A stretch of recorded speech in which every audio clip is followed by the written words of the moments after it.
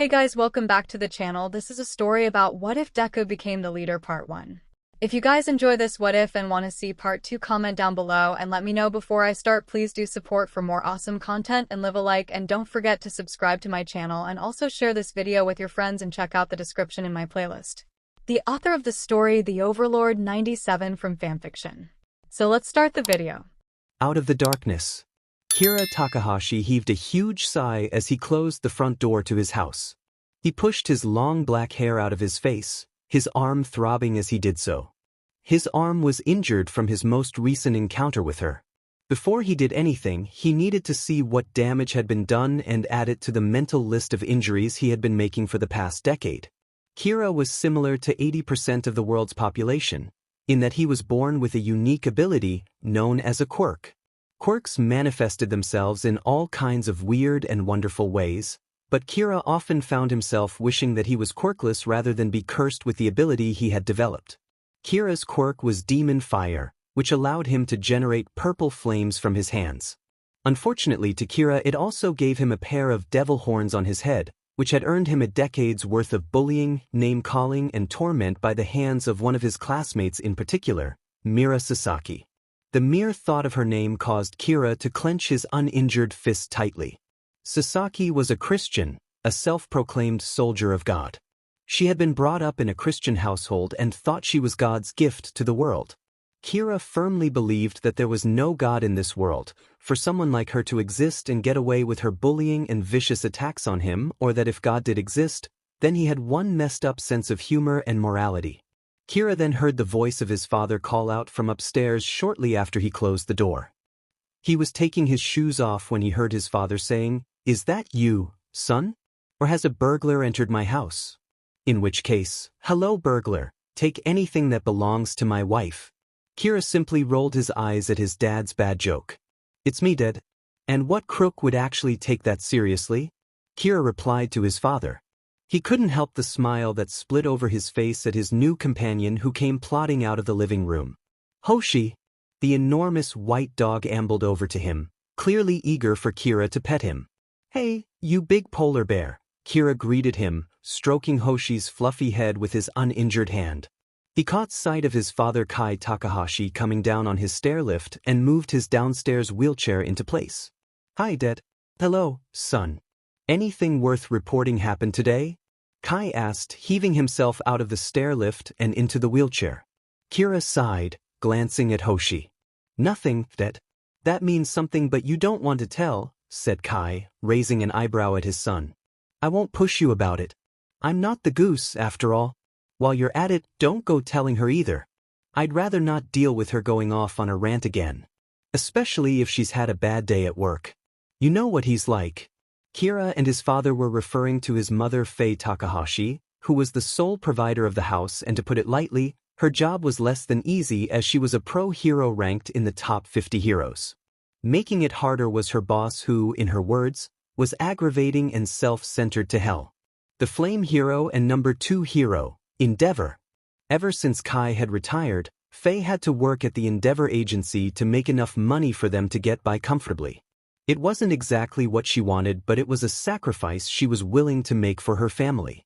Endeavor was not a person she wanted to work for, but she gritted her teeth and went along with it anyway as she wanted nothing but the best for her family.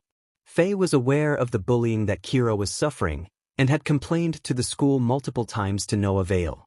As a result, she was incredibly protective, and any mention of bullying or torment set her off. Because of this, Kira often kept quiet simply because he didn't want to stress his mother out. He also kept himself to his room when at home normally so he wouldn't have to confront her about it. Kira sighed again, rubbing his temples. He could feel a monster headache coming on. "You need anything, Dad? I'm going to my room otherwise," he said to Kai, turning to him. Kai shook his head at his son. "No, you go on," he told him as Kira gave Hoshi one last pet before his footsteps reached his father's ears. It was Kai's turn to sigh then as he wheeled himself into the living room. His son was miserable, and had been ever since his quirk had manifested. Recently though, even he could tell that Kira's mentality had been getting worse. While he had never been the most sociable person, Kai felt as though nobody would know Kira existed unless he came out of his room. Something had to give, this couldn't continue. Kira had done nothing to deserve any of this. The Takahashis had considered all options available in the past to solve this, however there always seemed to be an obstacle preventing them from doing so. As a result, Kira's misery continued.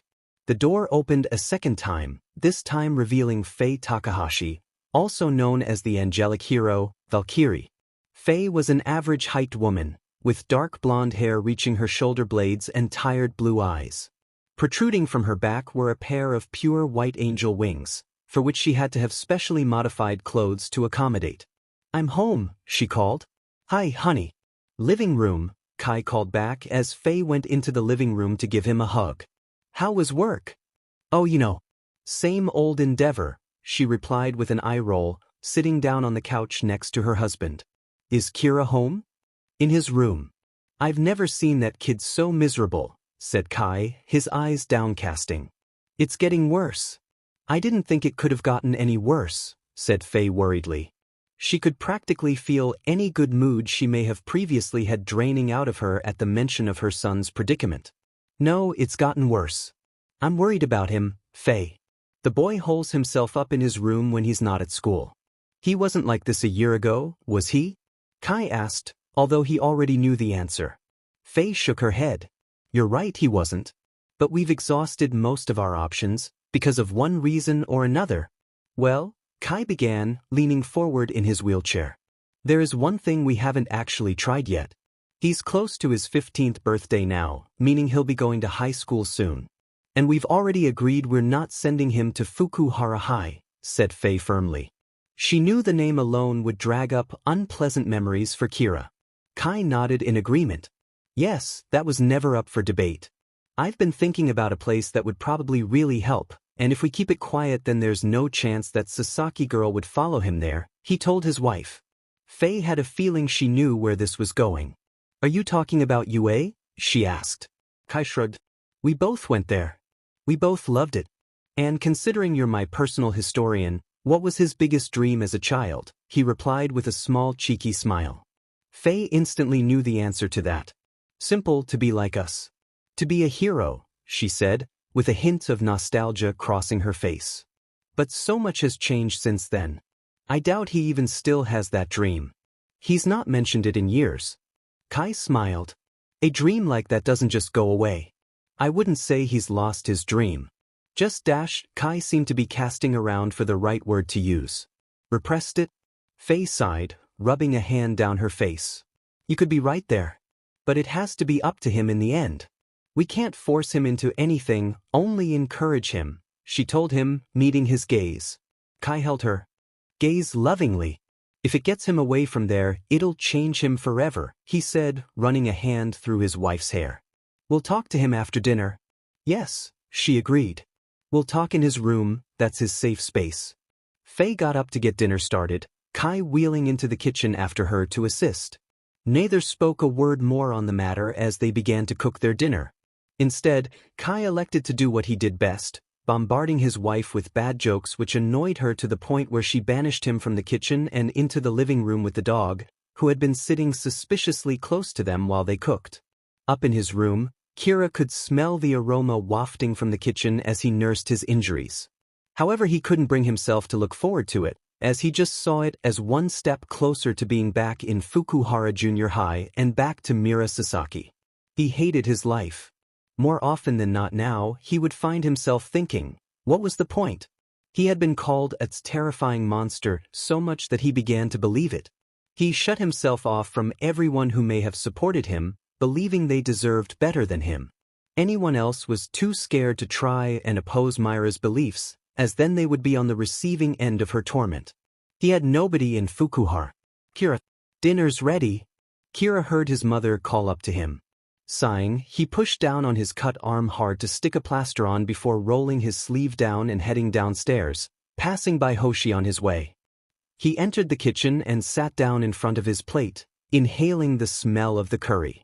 He said his thanks for the food, picked up his cutlery and dug in, not realizing just how hungry he was. As Kira ate, he kept to his normal small talk and question dodging, particularly from Faye. When they had finished eating, Kira took the plates and began to clean them as per the tradition in the house. Faye watched him, her heart breaking as she noticed he was neglecting to use his right arm.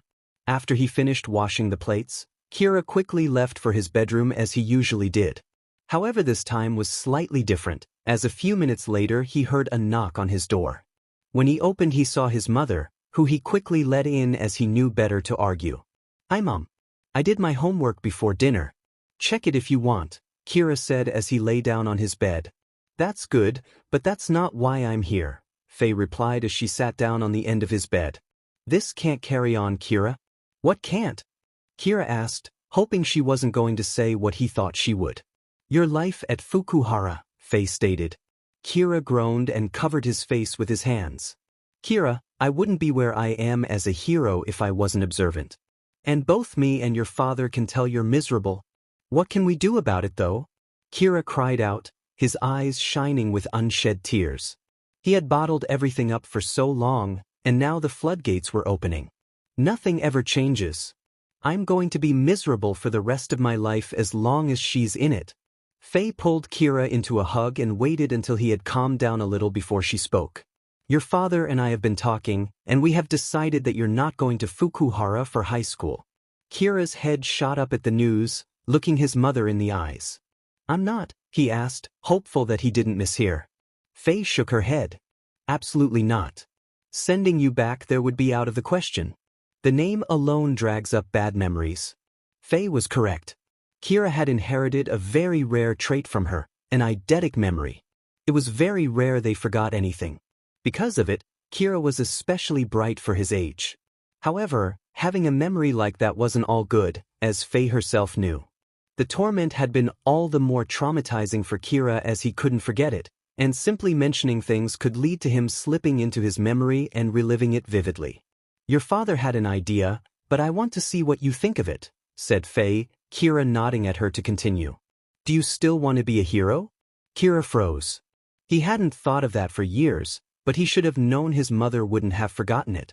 He'd given up on the idea about 7 years ago, the torment from his bully getting to him so much that he didn't think he would ever be able to. "I don't know," he replied truthfully. "I haven't thought about it for so long. After all, who would want a monster to be a dash?" "You are not a monster," Faye cut him off firmly. "And you don't become a hero because of what others think about you. You become a hero because it's your dream, and no one can ever take that from you. Understand?" Kira nodded. "Did you really think I could?" he asked uncertainly. "Well, it would take a lot of hard work. You'd have to train up for the practical exam in 10 months' time, which I will be honest, is not easy. You'd have to study for the written exam, but I have faith in you when it comes to written work. The question is, do you want to commit to that?" Faye asked finally, holding Kira's gaze. Kira bit his lip. It all seemed too good to be true. But there was one thing lurking at the back of his mind. Would it really change things? "What if Sasaki follows me there?" he asked worriedly. "If she did, nothing would change." "This is where we have to be clever," said Faye with a ghost of a smile. "This was my idea. But it all hinges on secrecy. We tell no one, you tell no one, and we make it crystal clear to the teachers that we want this to be kept quiet and threaten to press charges to make sure they do. This way, Sasaki will think you'll be going to Fukuhara and will stay there thinking you will be, but you won't. You'll be safe at the most prestigious hero school in the country, maybe even the world," Faye finished, smiling at her son. Kira's breath caught in his throat. "You mean, Yue? Like you and Dad?" Faye nodded. "Yes, I do mean Yue, hence why I said you'd have to work hard. Do you want to do this? And don't think about what anyone else thinks, not even me and your father. Think about what you want," she told him, placing a hand on his shoulder. Kira's eyes turned downwards. For the first time, he felt hopeful. That there was a glimmering chance that he wasn't a monster. That for once, he felt as though there was light in his life again. He realized for the first time in years that he wanted to be a hero. Kira looked up at his mother, his eyes alight with hope. "I want to do this. No, I'm going to do this. I will do this, Mom. I promise I won't let you down. If this means my life is going to get better, I'm going to do the best I can," he vowed, his heart thumping with excitement. "It won't be easy," Faye reminded him gently. but I'll support you every step of the way. She turned towards the door, where his father had been sitting silently for who knows how long. Will you support him, Kai? She asked with a smile, as Kira turned to the door in surprise as he had no idea his father was there. Kai sighed loudly, folding his arms. Small chance of success, certainty of physical pain? What are we waiting for? He exclaimed as his wife and son burst out laughing. And this was how Kira Takahashi's path to becoming a hero began. Push it to the limit. Kira sat in his room, nervously staring at the training regime his father had written up for him. It looked intense, but he knew it had to be done. He had to be in shape by the time the entrance exam came around, in 10 months' time. Now was not the time to be doubting himself. He closed his door and pressed play on his music to pump him up. He picked up the lightest set of weights Kai had ordered for him, and began to lift them. My life might be no. My life will be better because of this, he said to himself determinedly. I'll get away from there, and my life will be better. Slowly but surely, there was a difference in Kira that his parents noticed. As well as Kai's intense training regime, Faye had come up with an even more intense, Kai referred to it as grueling, study regime which Kira happily did. Due to his memory, it was much easier than the training. Kira was not shutting himself away as much, preferring to study downstairs as sometimes he needed to pick his parents' brains for information. Hoshi was also at his side whenever he studied, although Kai suspected that was because of the fact that Kira always had a snack with him. Everything did not always go so swimmingly when it came to the training and studying, however. All of Kira's training and studying had to be done alongside his regular schoolwork, which sadly involved his regular torment at the hands of Mira Sasaki. This meant that he had days where he felt so low he did not get as much done, and on some days nothing at all. On top of everything else, it was exhausting doing extra studying, intense training and keeping it all a big secret from the world. Kira knew that the second he let anything slip, he was done for and all his work would be for nothing. Kai and Faye caught onto his burnout very quickly, and both made adjustments to their regimes to allow Kira some respite as their original schedules were both made in excitement and had not accounted for this. After a few days of resting more, they noticed great improvement in Kira which invigorated their excitement all over again, but they both kept themselves from getting caught up in it and exhausting Kira again.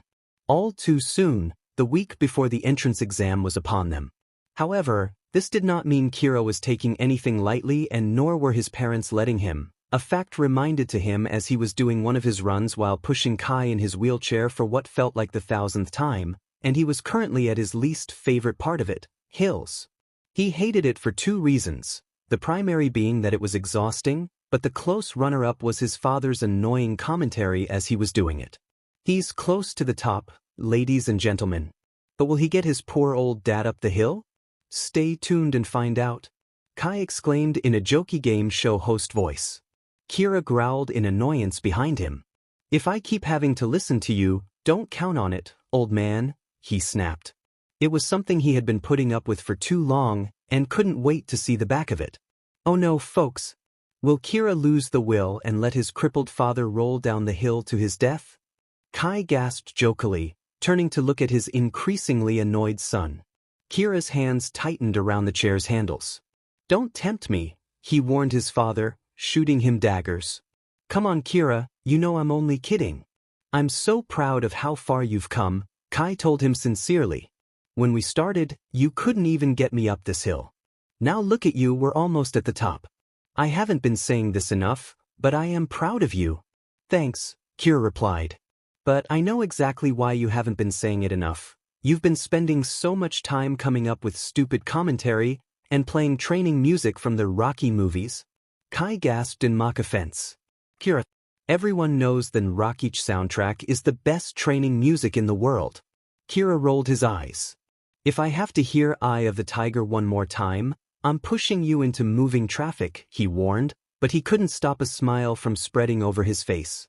This was something that had been happening more often. He was smiling and he continued to do so as he reached the top of the hill. Once upon a time, Kira would have been gasping for breath after a feat like that, but both father and son were pleased to see that Kira was barely breaking a sweat as they came to a halt. Kai smiled at Kira, who had paused to drink from his water bottle. I know you can do this, Kira, Kai told his son, who flashed him a glance as he gulped his water down. You're going to prove everyone wrong and come out on top, I know you will.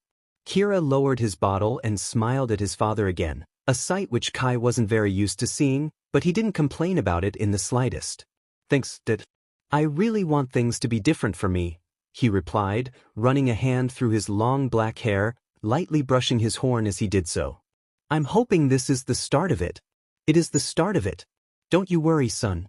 You'll be a great hero, probably even greater than me or your mother. Kai paused, making a dramatic thinking face, even stroking his chin, which looked rather ridiculous as the man possessed no facial hair. But you certainly won't be as good as me when it comes to being witty, Kira.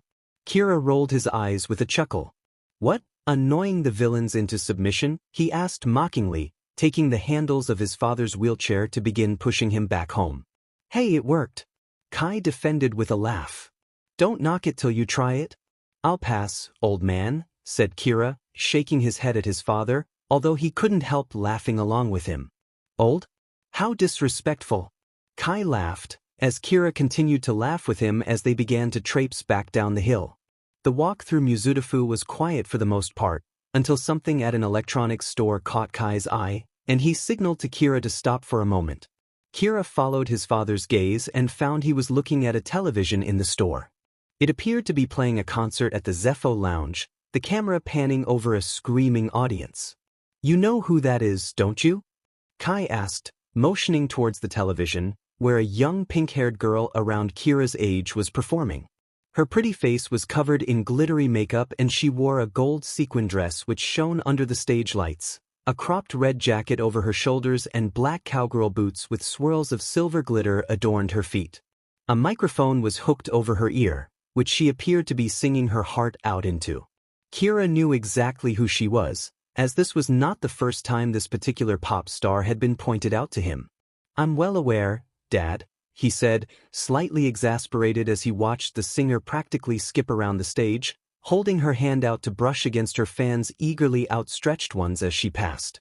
I've heard her music, she's not really my taste. Kai simply shrugged as they continued walking.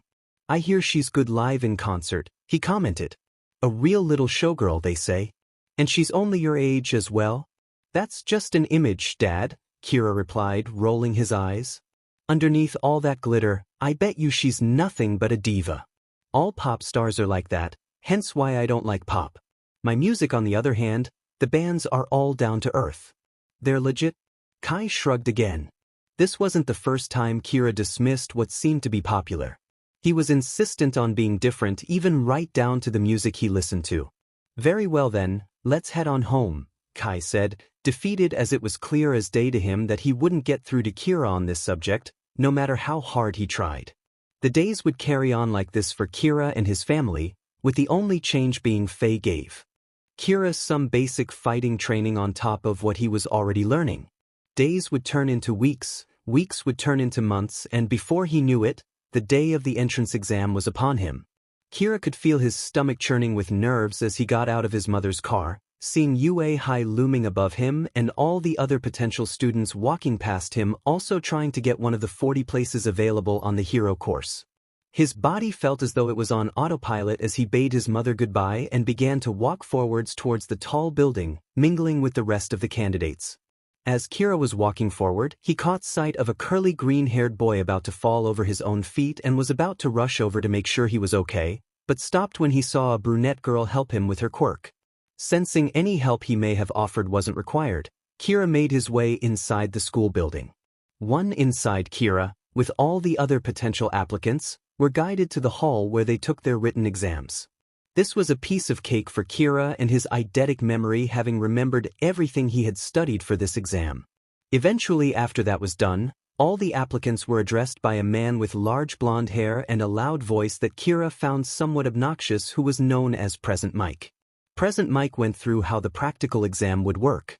They would be fighting against villain robots that would award them 1, 2, or 3 points upon their destruction, and based on how many points you got, you'd get a total score. As it was being explained, however, another applicant stood up and pointed out on their explanation packets there was one more robot worth 0 points, but 𝗵𝗃 explained it to be something that should 100% be avoided, and it was just an obstacle of sorts. It was also informed that there was a limited number of villain robots available, so the applicants would have to compete for points with the others. This made Kira worry a bit, as he still wasn't the best fighter and he was worried about being judged for his quirk. As much as he wanted to try and push those thoughts out of his head, they were like a bad rash he couldn't kick lurking in the back of his mind. Even as he was assigned and went to his exam area, he couldn't push these thoughts to the back of his head. Even if they weren't in reality, it wasn't something he could shake the idea that they were all staring at him like he was a freak, which he had been conditioned to believe. So when it came to waiting around, Kira chose to isolate himself from everyone else by standing a bit away from the back of the group. At the time it seemed like the best thing for him to do, but as soon as 𝗵𝗃 let everyone know that the exam started from his tower, Kira soon realized that was actually a horrible idea, as he was soon behind everyone else in running to the exam area, which turned out to be a 1:1 scale city replica that 𝐒𝐬𝐽 used to train its hero students. As soon as he got there, he saw that the rest of the examinees had all split up in different directions to fight for points ahead of him. Kira cursed his dark thoughts and shyness as he sprinted to catch back up. He didn't want the past 10 months to go to waste so easily because he was scared of what people thought of him, nor did he want to disappoint his parents. He held out hope that he could easily catch up to the others if he tried, until he arrived at one of the main streets and saw the carnage that had unfolded there. It was a battleground that was filled with robots that were either attacking the examinees or had been turned into various piles of scrap. It was very loud as well, with the shouting from examinees fighting over points and explosions from the robots' destruction. It was very overwhelming for him, going at a pace far faster than he ever would have expected, and his body didn't know how to react at that moment. His flight instincts were going wild and making him freeze in place uselessly. That was until he saw it in the corner of his eye. Another examinee, a red-haired girl with 2 giant hands that were just crushing a robot, hadn't seen the second one come up behind her and was about to hit her with its shield-like arm as it said, "Target acquired. I will kill you." Kira saw that she was looking around in shock, as she didn't have enough time to react to stop it. In that moment where everything seemed to slow down for him, Kira didn't think anymore.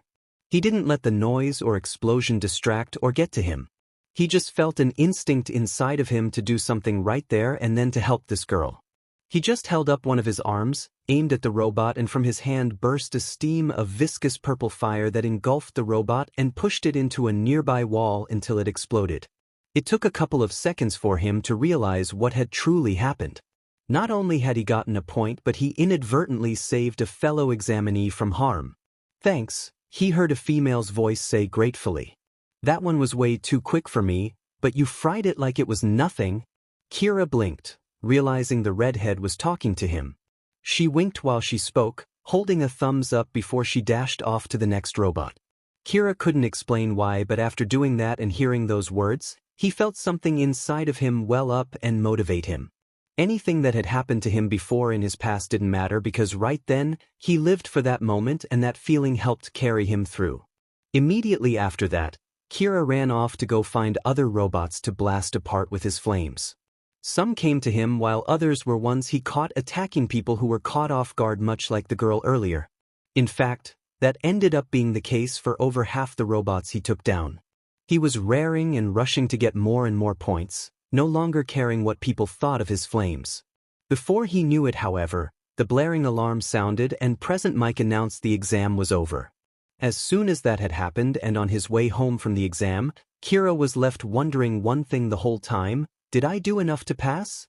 These thoughts lingered for the next week, which both Kai and Faye could see as they watched him around the house, and sometimes caught him muttering to himself, trying to figure out if he had passed. Kira had been doing the maths over and over in his head.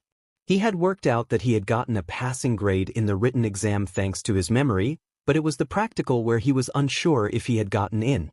During it he had noticed all the robots had numbers written on them to signify how many points they were worth. His memory let him recall exactly how many of each type he took down, give or take. By his estimate, he had taken down 6 of the 1-point robots, 5 of the 2-point robots and 3 of the 3-point robots, and had gotten 25 points in total. He had wondered if this would have been enough to pass, or if it needed to be more. He knew standing away from the group he was in and his hesitation when he had caught up had certainly cost him points, though he wasn't sure how many. He also knew that once the giant skyscraper 0-point robot showed up and wreaked havoc on the place, throwing him and many others out of the fighting flow they had gotten in, he lost even more points. However, the only crumb of hope he had when it came to this was nobody knew what the passing level for point was when it came to the practical exam, so he, like many hundreds of others, were left in the dark like he was, sitting around aimlessly wondering what would happen next. Well, Kira was until his faithful hound, 𝐻𝐻𝐸, started his usual barking at the door because the mailman had come, breaking him from his thoughts. Kira sighed as he got up to go and tame his dog. 𝐻𝐻𝐸, give it a rest. It's just the mailman at the door? In the middle of the night? Kira paused as this realization came to not just him but his parents as well, making them all rush to the door in panic and scare the life out of their poor dog. When they got there, it was all what they were hoping for. A letter with a wax seal with the 𝐸 logo stamped into it. The letter they had been waiting for a total of 7 days. All right, nobody panic. We've been expecting this for some time now, so we just need to sit down and dash. Faye was trying to calm the atmosphere, but was practically bouncing off the walls as her wings fluttered in excitement. It took Kai reaching up and putting his hand on her shoulders and saying, "Maybe start with yourself first, honey, before you get us to calm down." Kira, on the other hand, was just holding the letter, staring at it for what seemed like eternity but was only seconds. He was broken out of his trance once again by 𝐻𝐻𝐸 coming up and licking his free hand. Kira looked down at the caring animal's eyes and could see the concern in them for him, clearly sensing his anxiety and doubt for what lay inside.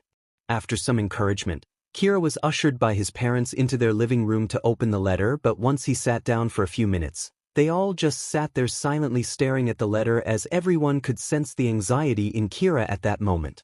Eventually, it took Kai being himself to break the silence. "Come on, kid, you've just got to do it quick and fast like a band-aid. Just rip it off and then scream at the top of your lungs in a high-pitched girly voice," he said, giggling to himself. The only thing this achieved in the end was incurring the wrath of Faye, who quickly smacked him round the head with a look of anger on her face. "Can you not right now? Your son doesn't need you ruining his moment with your poorly timed jokes." This led to a back and forth between them that Kira had heard a million times before, his mother belittling his father who was trying to save face by acting like a lovable idiot. He just sighed and decided that while his mother was trying to pull his father's cheeks off his face, he might as well open the letter and get it over with, because at the very least it would snap his parents' attention away from each other.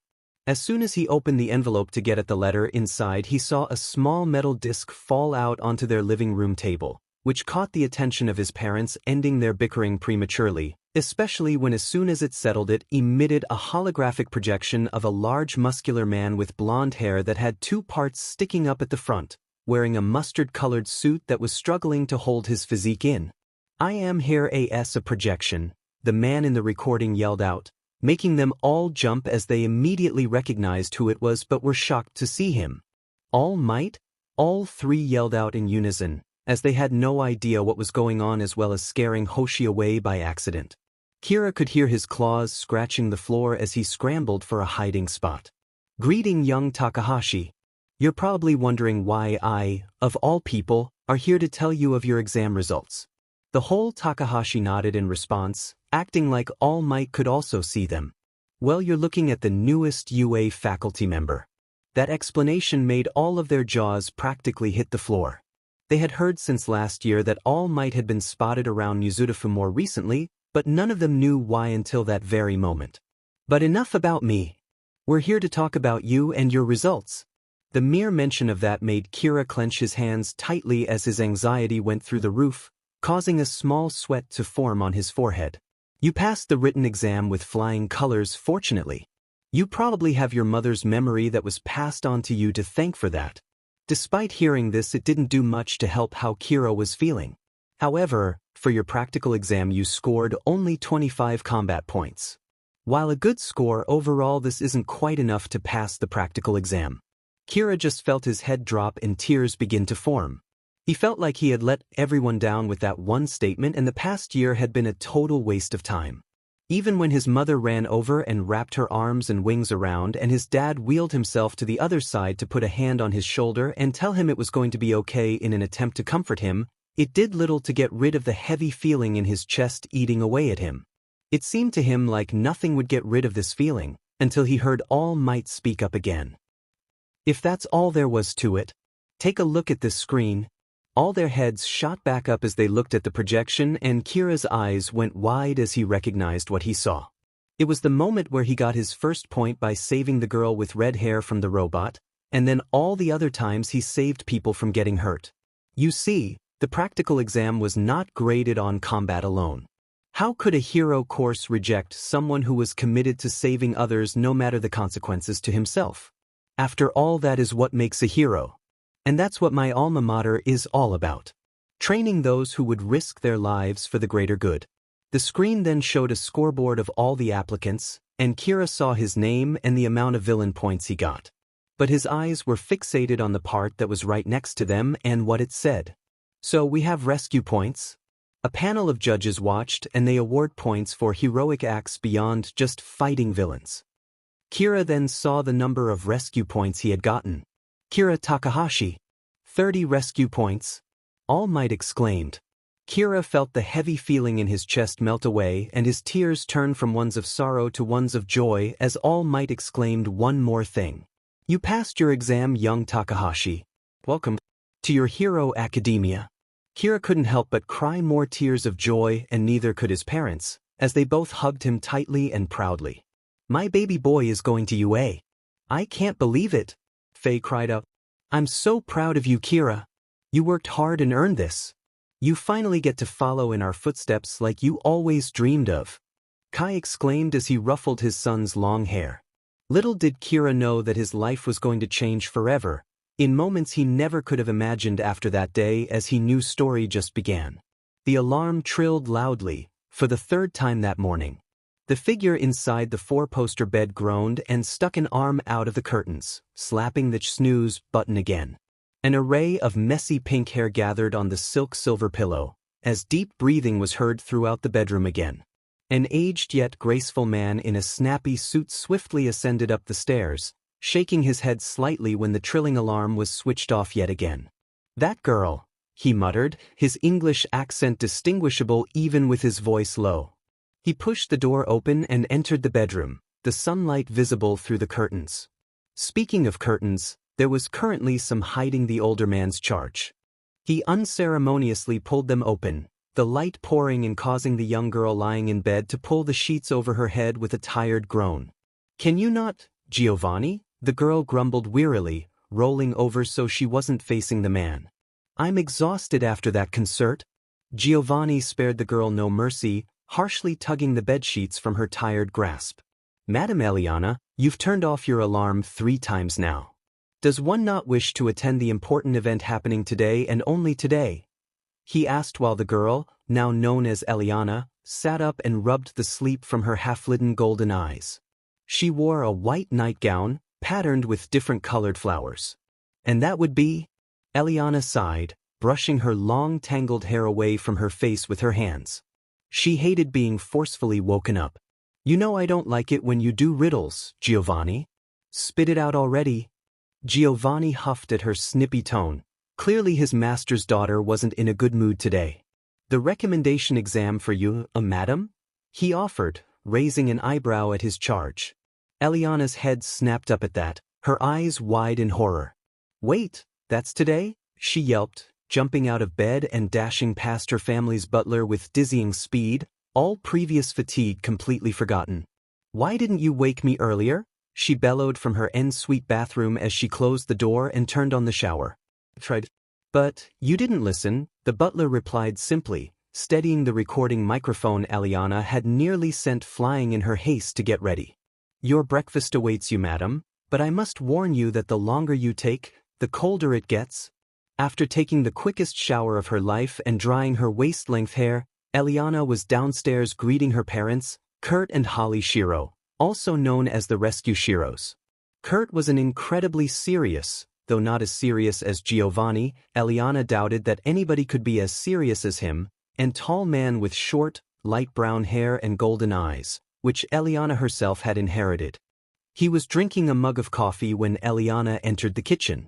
Holly was a softer woman who was dwarfed by her husband.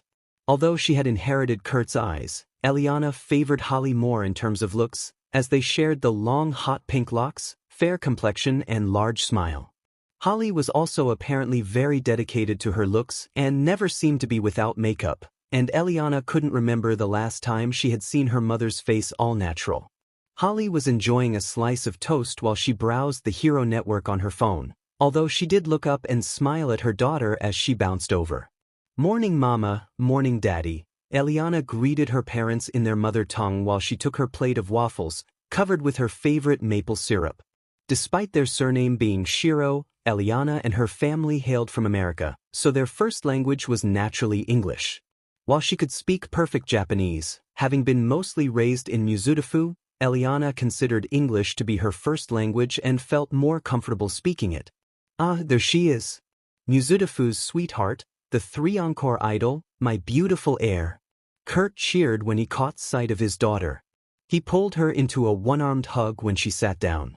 "They were such a great audience, Daddy. How could I not perform 3 encores?" Elliana said with a radiant smile, tucking into her waffles. Elliana was a teen idol, known throughout Japan as 𝗵𝗲's sweetheart.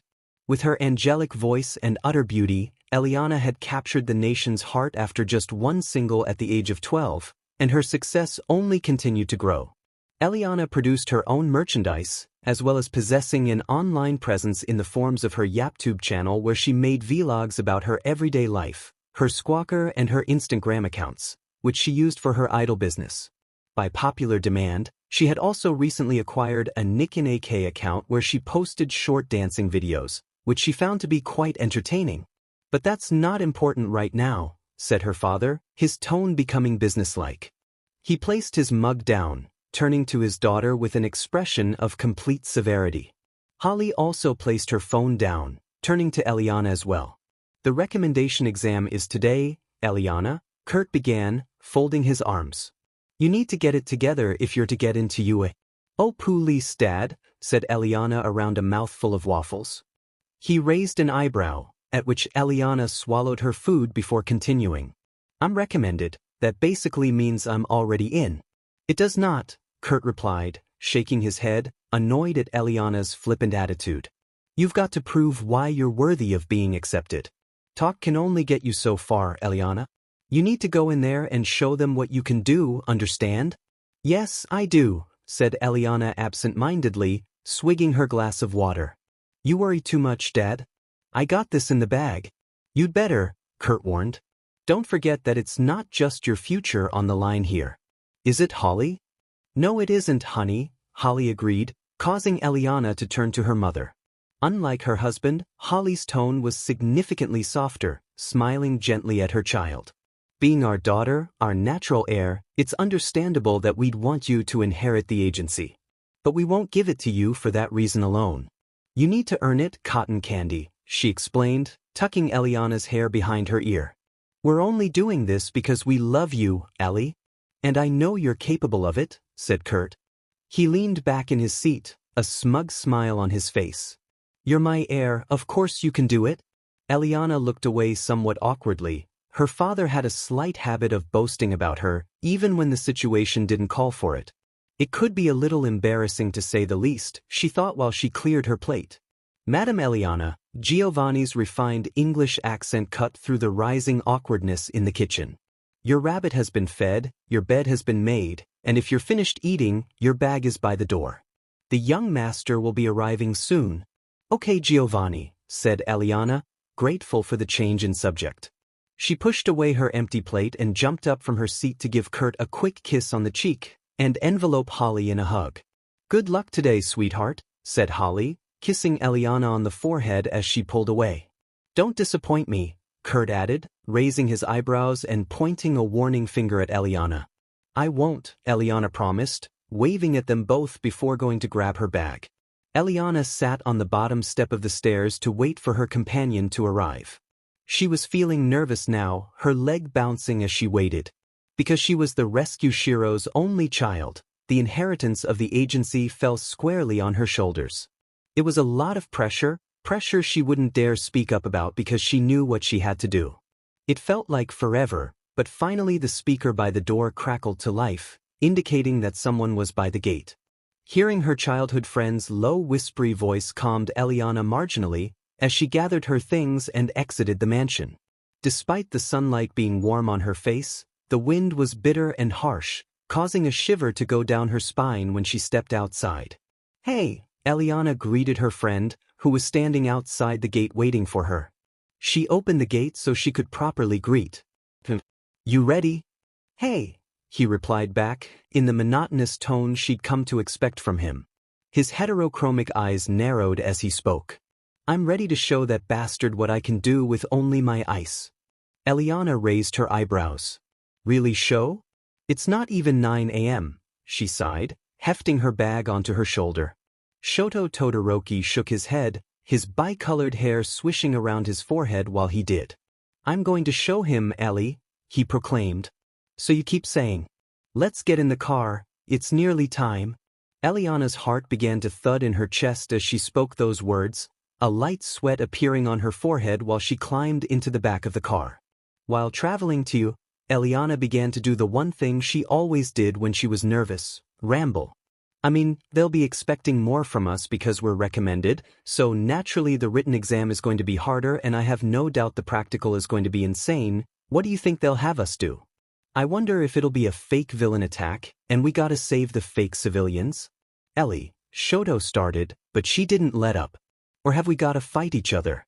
Oh, that'll be unfortunate if we do that one, 'cause we don't know anybody or their quirks, so that'll really throw us for a loop if we do dash." "Ellie," Shoto repeated, slightly louder but to no avail. "I just can't figure it out, and you know me, I hate not knowing, it's the worst when I'm awaiting reviews for my concerts dash." "Ellie!" Shoto raised his voice, finally catching the pink-haired girl's attention. "You're rambling." "Oh, was I?" Elliana's sweat dropped. "Sorry, I didn't realize. I'm just nervous, okay?" "You needn't worry, ma'am," said Giovanni from the driver's seat. "I have full faith in you and Master Todoroki. I have no doubt that whatever it is you end up doing, you'll do perfectly fine." "Thanks, Giovanni," said Elliana gratefully. She leaned back in her seat, breathing deeply in through her nose and then out through her mouth. It was a relaxation tactic which she normally used before she went on stage. When she was certain she was calm enough, she pulled her phone out and logged into her Squawker account to kill time.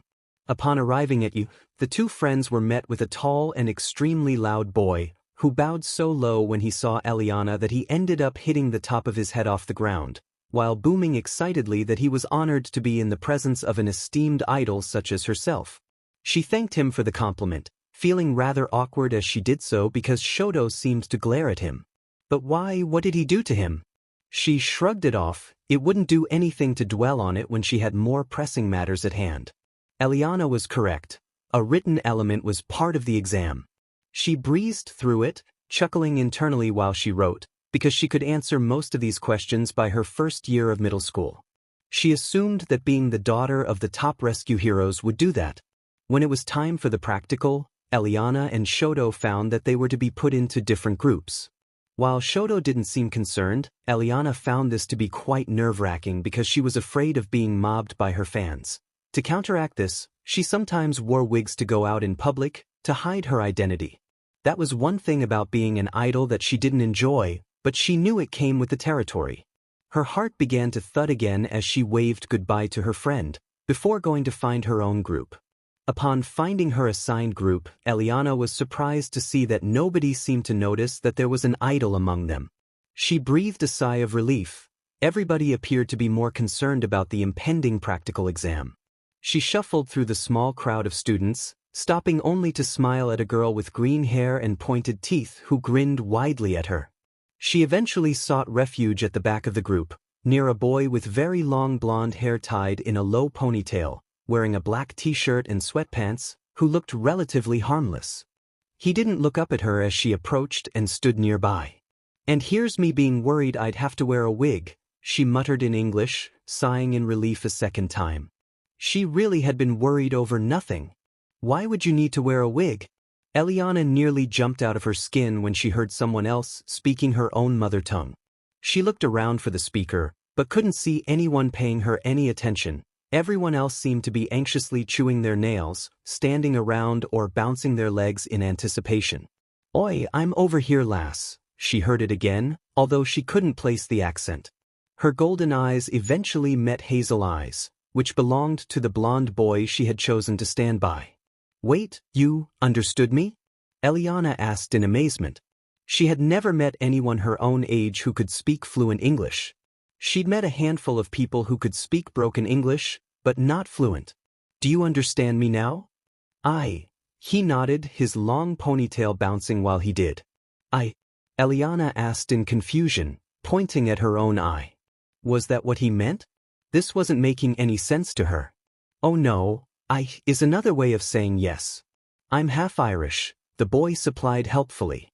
She surmised the other half to be Japanese, which would explain his somewhat tan skin and the shape of his eyes. "You're an American, I can hear it in your accent." "I am," Elliana confirmed, nodding herself. "I've never met anyone my age who's fluent, you know. I always speak English at home, it's just what I feel comfortable doing." "Oh, I understand that completely," the boy replied, holding his hand out to shake. "Oh sheesh, where are my manners? I'm Sean Yamamoto. What's your name?" "Elliana Shiro," she said, shaking his hand. She internally winced when she realized her mistake. "Well done, doofs." No doubt that Sean would be amazed and dazzled that he was in the presence of Mizudafu's sweetheart and start asking for an autograph and doing other typical fanboy things. She really wasn't in the mood for that. To her surprise, Sean just shrugged. "That's a nice name," he told her simply. Elliana blinked. He wasn't making a big deal out of meeting her? This was certainly something new. Do you not know who I am?" she asked, completely confused. She couldn't tell if he was being serious or not. Sean shook his head at her question, a frown creasing his features. "Should I? Are you important around here or something?" he inquired, looking at her closely. He has no idea who I am, Elliana realized in wonder and somewhat incredulously. Had he been living under a rock for the past 3 years? Should I tell him? No, I like how he's been treating me. It's been nice not having someone drooling at my feet when I'm not wearing a wig. It's nice to be treated like I'm just a normal girl. I'm the daughter of the rescue sheroes, she opted for instead. A half-truth because she was still famous for that. "Ooh." Sean's reply almost made her facepalm. She couldn't help her eyes widening in amazement at his response. "Apologies, lass, I don't really know a lot of heroes. I know All Might obviously, and I think the fire hero's called Endeavor, but any other heroes are completely lost on me. Understandable, rank-wise mom and dad are pretty low. But their agency is the best for rescue work. You know, natural disasters and things," Elliana explained. She noted that it felt very refreshing not to talk about her idle life for a change. "I'm inheriting the agency. So what about you? Why do you want to become a hero?" "Truth be told, it wasn't exactly my choice," Sean admitted. Elliana blinked upon hearing that. That was a new one. Normally the reasons for becoming a hero were because they wanted to help people or they were inspired by their favorite hero. It was either here or military school. Here seemed like the better option, because I have a bit of a destructive quirk, so at least here it's put to good use helping people. "Military school?" Elliana asked. That only seemed reserved for the worst kind of delinquents. Sean might have been blonde, and she was well aware that in Japan blonde hair was commonly associated with delinquents, but she got the feeling that his hair wasn't bleached. "Long story," he said simply. "But I couldn't leave me, ma'am. Wouldn't do that to her, even though the old hag can be fucking annoying at times." Elliana's eyes widened upon hearing him swear. "Why are you swearing?" she asked. She only ever heard her Uncle Earl back in America swear when they had no more 3-bean chili. "Oops, force of habit. Sorry," Sean apologized casually. Elliana could believe that was a habit, given how nonchalant he was about it. Before she could say anything, their group was finally called in. They were each given a number to put on the front of their clothes. Elliana's was 18, while Sean's was 33. 𝗵𝘃𝗁𝐼, a faculty member of UA, explained that they would be participating in a 3-mile race, but the track would also be an obstacle course where they'd be required to use their quirks to get through before undergoing an interview.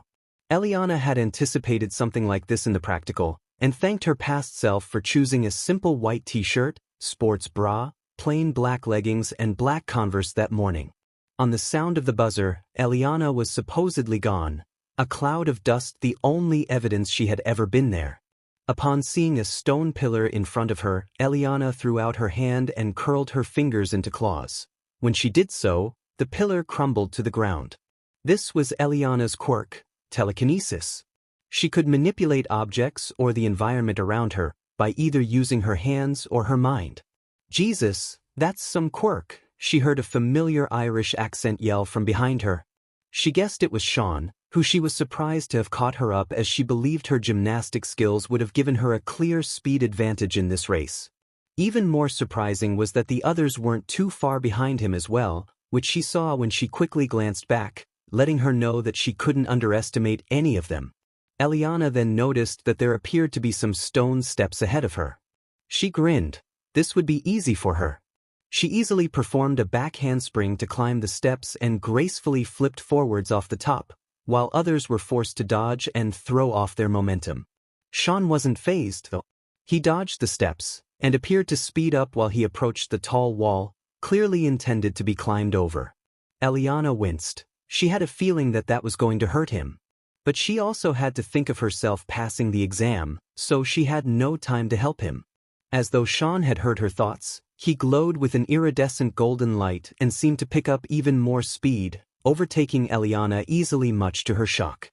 He reached the wall first in no time, but to her shock again he didn't stop for it. Instead, he opted to plow right through it, pieces of stone and debris flying through the air as he did so. Once she had gotten over the wall, Elliana half expected to find Sean face down on the floor, completely passed out or in a lot of pain. However, she found neither of those things, instead finding him not only still on his feet and running, but utterly unscathed. She had a feeling that was his quirk at work, and it had something to do with that light. She now understood why he claimed it was somewhat destructive, if those were the kind of results it yielded. Elliana forced her head back in the game. She needed to concentrate, she needed to get into UA. Marveling at others' quirks wouldn't help her do either of those things. She wanted to get into UA, and Elliana knew that whatever she wanted, she got one way or another. This would be no exception, she decided as she shoved a boulder out of her way with her quirk and barreled through. After what felt like forever, Elliana finally arrived at the finish line. She wasn't the first to have done so, because 2 others were currently there panting heavily. Elliana herself was sweating, she could feel it rolling down her face as she screeched to a halt in front of 𝗵𝘃𝗁𝐼, who whooped happily that number 18 had made it to the finish line 2 minutes faster than the average student. Elliana moved away from the finish line and slumped onto her knees, panting to get her breath back. That had been an awful lot of work, and although she had been training for it, she still felt as though she had been wholly unprepared for it. She heard footsteps approaching as she got her breath back, and she looked up to meet the hazel eyes of Sean, who was also sweating heavily and panting like a dog on a hot day. "Sup?" she wheezed, giving him a thumbs up. He held up a finger, clearly not in any condition to talk, while 𝗵𝘃𝗁𝐼 congratulated him on being faster than the average student as well. "By the way, that's some crazy quirk you've got there," she complimented him when he had caught his breath. "I've seen plenty of heroes go through walls, and usually they come out the other side with a few scratches, but you were completely unscathed." "How?" You're correct.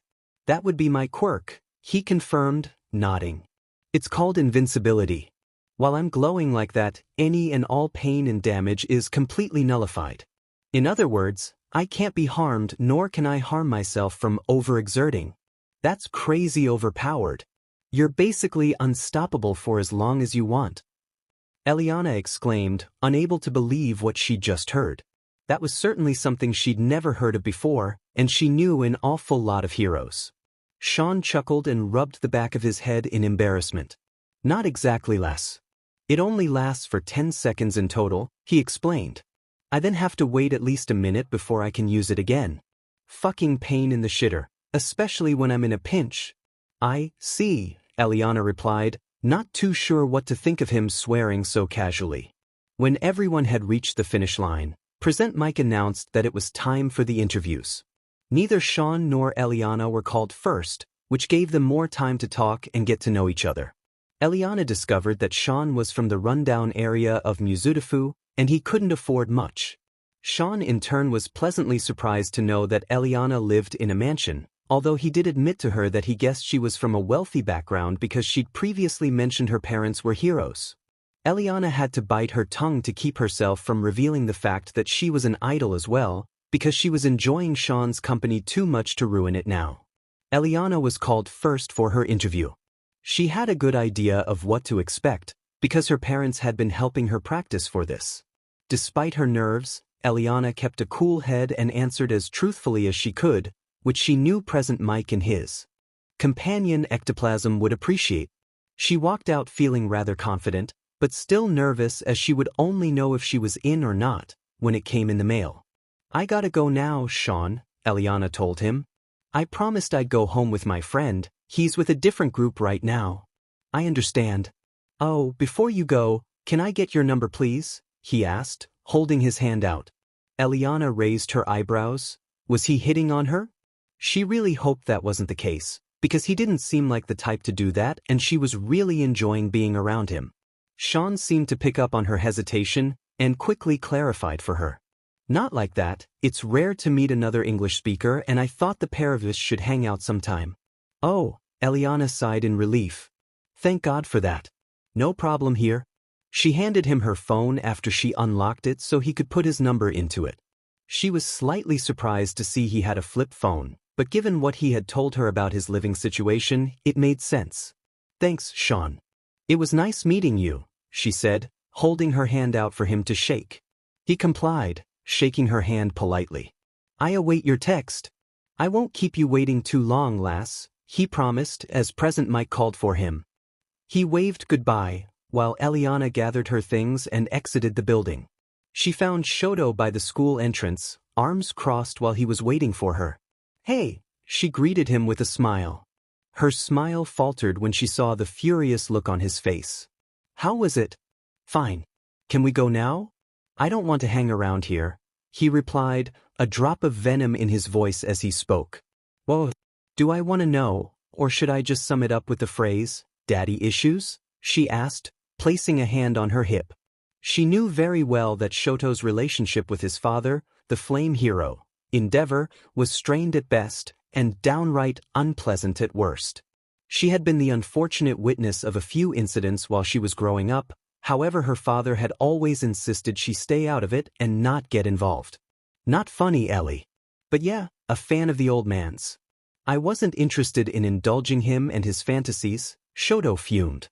He breathed deeply for a moment, appearing to calm himself down. "What about you?" "I met another English speaker," she exclaimed excitedly while they walked. "Oh, he's just the coolest. His name's Yamamoto, he's from the rougher part of 𝗵𝗃 and..." She began to ramble about Sean and everything she'd discovered about him, until she was abruptly cut off. "I don't need this guy's life story, Ellie," said Shoto harshly, wrinkling his nose in disgust. "He doesn't sound all that interesting, he sounds more like a delinquent if you ask me. I didn't think you associated with people like that," he added in a very judgmental tone. "You know, you shouldn't judge a book by its cover, Sho," Elliana told him, a little upset at his unenthusiasm. This was a big thing for her. Why couldn't he be happy for her? "That's a little close-minded, don't you think?" "I don't care, your butler's here.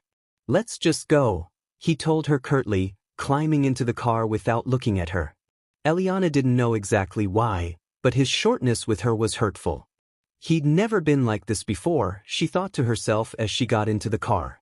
So why was he acting like this now? She didn't know, but Giovanni's greeting distracted her from her thoughts and she was soon telling him everything that had happened during her exam. A week later, on different sides of 𝗵𝗃, both Sean and Elliana received their acceptance letters. Sean couldn't believe it as he thought he'd completely messed up the interview, while Elliana began to bounce around the mansion in complete ecstasy. Little did the pair of them know, they would soon see a lot more of each other and many others they would never have expected to change their lives, for better or worse. First Day Blues, Part 1. A/N, with the addition of the 3 characters Kira, Sean and Elliana being added to the story, some characters will be removed.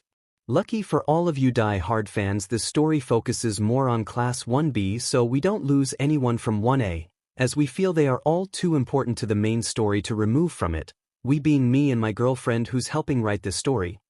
The following Class 1B students will be replaced in the following way. Kira will replace 𝗧𝗵𝗲 Sean will replace 𝗧𝗵𝗫. Elliana will replace 𝗵𝗃𝗀𝗀. If this upsets you in any way, we're sorry, but this decision was made a long time ago when we planned this story and has been cemented for a long time. We are also English, so we spell some words differently. Please enjoy the chapter, leave a fave, a follow and a review. Kira lay still in bed, his eyes still closed. He was terrified to open them, just in case everything had been a dream and he was back off to Fukuhara. The world didn't share his pessimism, as his door was soon nudged open by his trusty Great Pyrenees companion, who began to lick his face to wake him up. "Morning, Hoshi," Kira grumbled, scratching the fluffy white dog on the head. While he scratched Hoshi's head, he caught sight of his UA school uniform, hanging on the front of his wardrobe. Kira's eyes widened. It wasn't a dream, he really was off to you. "I'd best be moving." "Thanks for waking me, boy," he said to the dog, giving him one last stroke before heaving himself out of bed. After a few quick minutes in the bathroom, Kira quickly came back to his room and put his new uniform on. It was a little big on him, but Faye had told Kira when they bought it that he would grow into it in no time. Once he looked in the mirror, Kira felt, for lack of a better word, awkward. It felt like to him that the clothes he was wearing didn't really belong to him yet. He still looked very much like the Kira from Fukuhara, but he knew the uniform was the first of many steps in the right direction for him. Once he was done, he headed downstairs rather sheepishly to show his parents. The second he got down there, Kai gave him the biggest smile he'd seen in a good few years, while Faye looked as though she was going to burst into tears. "Hey, that looks good on you," Kai complimented him, placing his spoon down in his bowl to gaze at his son. "That uniform hasn't changed from when we were there, has it, Faye?" That seemed to snap Faye out of whatever trance she'd gone into when Kira entered the room, and she nodded. "You're right, Kai. It really hasn't," she agreed. "And now the next generation of heroes are wearing that same uniform." She winced, and placed the remainder of her toast and jam down. "Excuse me, boys," she told the pair of them, pushing her plate away and leaving the table. Kira flashed a glance at his father, who watched his wife leave the room with an unreadable expression on his face. "Dad, what's going on?" he whispered, concerned about his mother as he'd never seen her wince like that before, as though in pain. "Your mom will be okay, don't worry about her, kiddo. She's a strong woman. But enough about that, I bet you're so excited, aren't you?" Kai replied, smiling at his son again while Kira grabbed a plate of toast that had been left out for him. Kira nodded, chomping on a slice of toast. It was a half-truth, because he was excited to be finally leaving Fukuhara and Sasaki behind, with no chance of her following, as he'd been very tight-lipped about the whole ordeal. But the other half of him was also incredibly nervous because, as a result of Sasaki's cruelty, he'd never had any friends and as such didn't know how to socialize. The only person he'd really socialized with was his mother's goddaughter, a girl he'd called his cousin, and he hadn't seen her for years. He wondered what she would have been like now, if he'd have continued to see her. Kira shook his head quickly.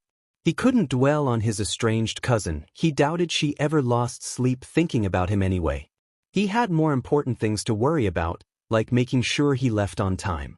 It wouldn't do well to be late on his first day, he thought as he finished up his toast and placed the plate back down on the table.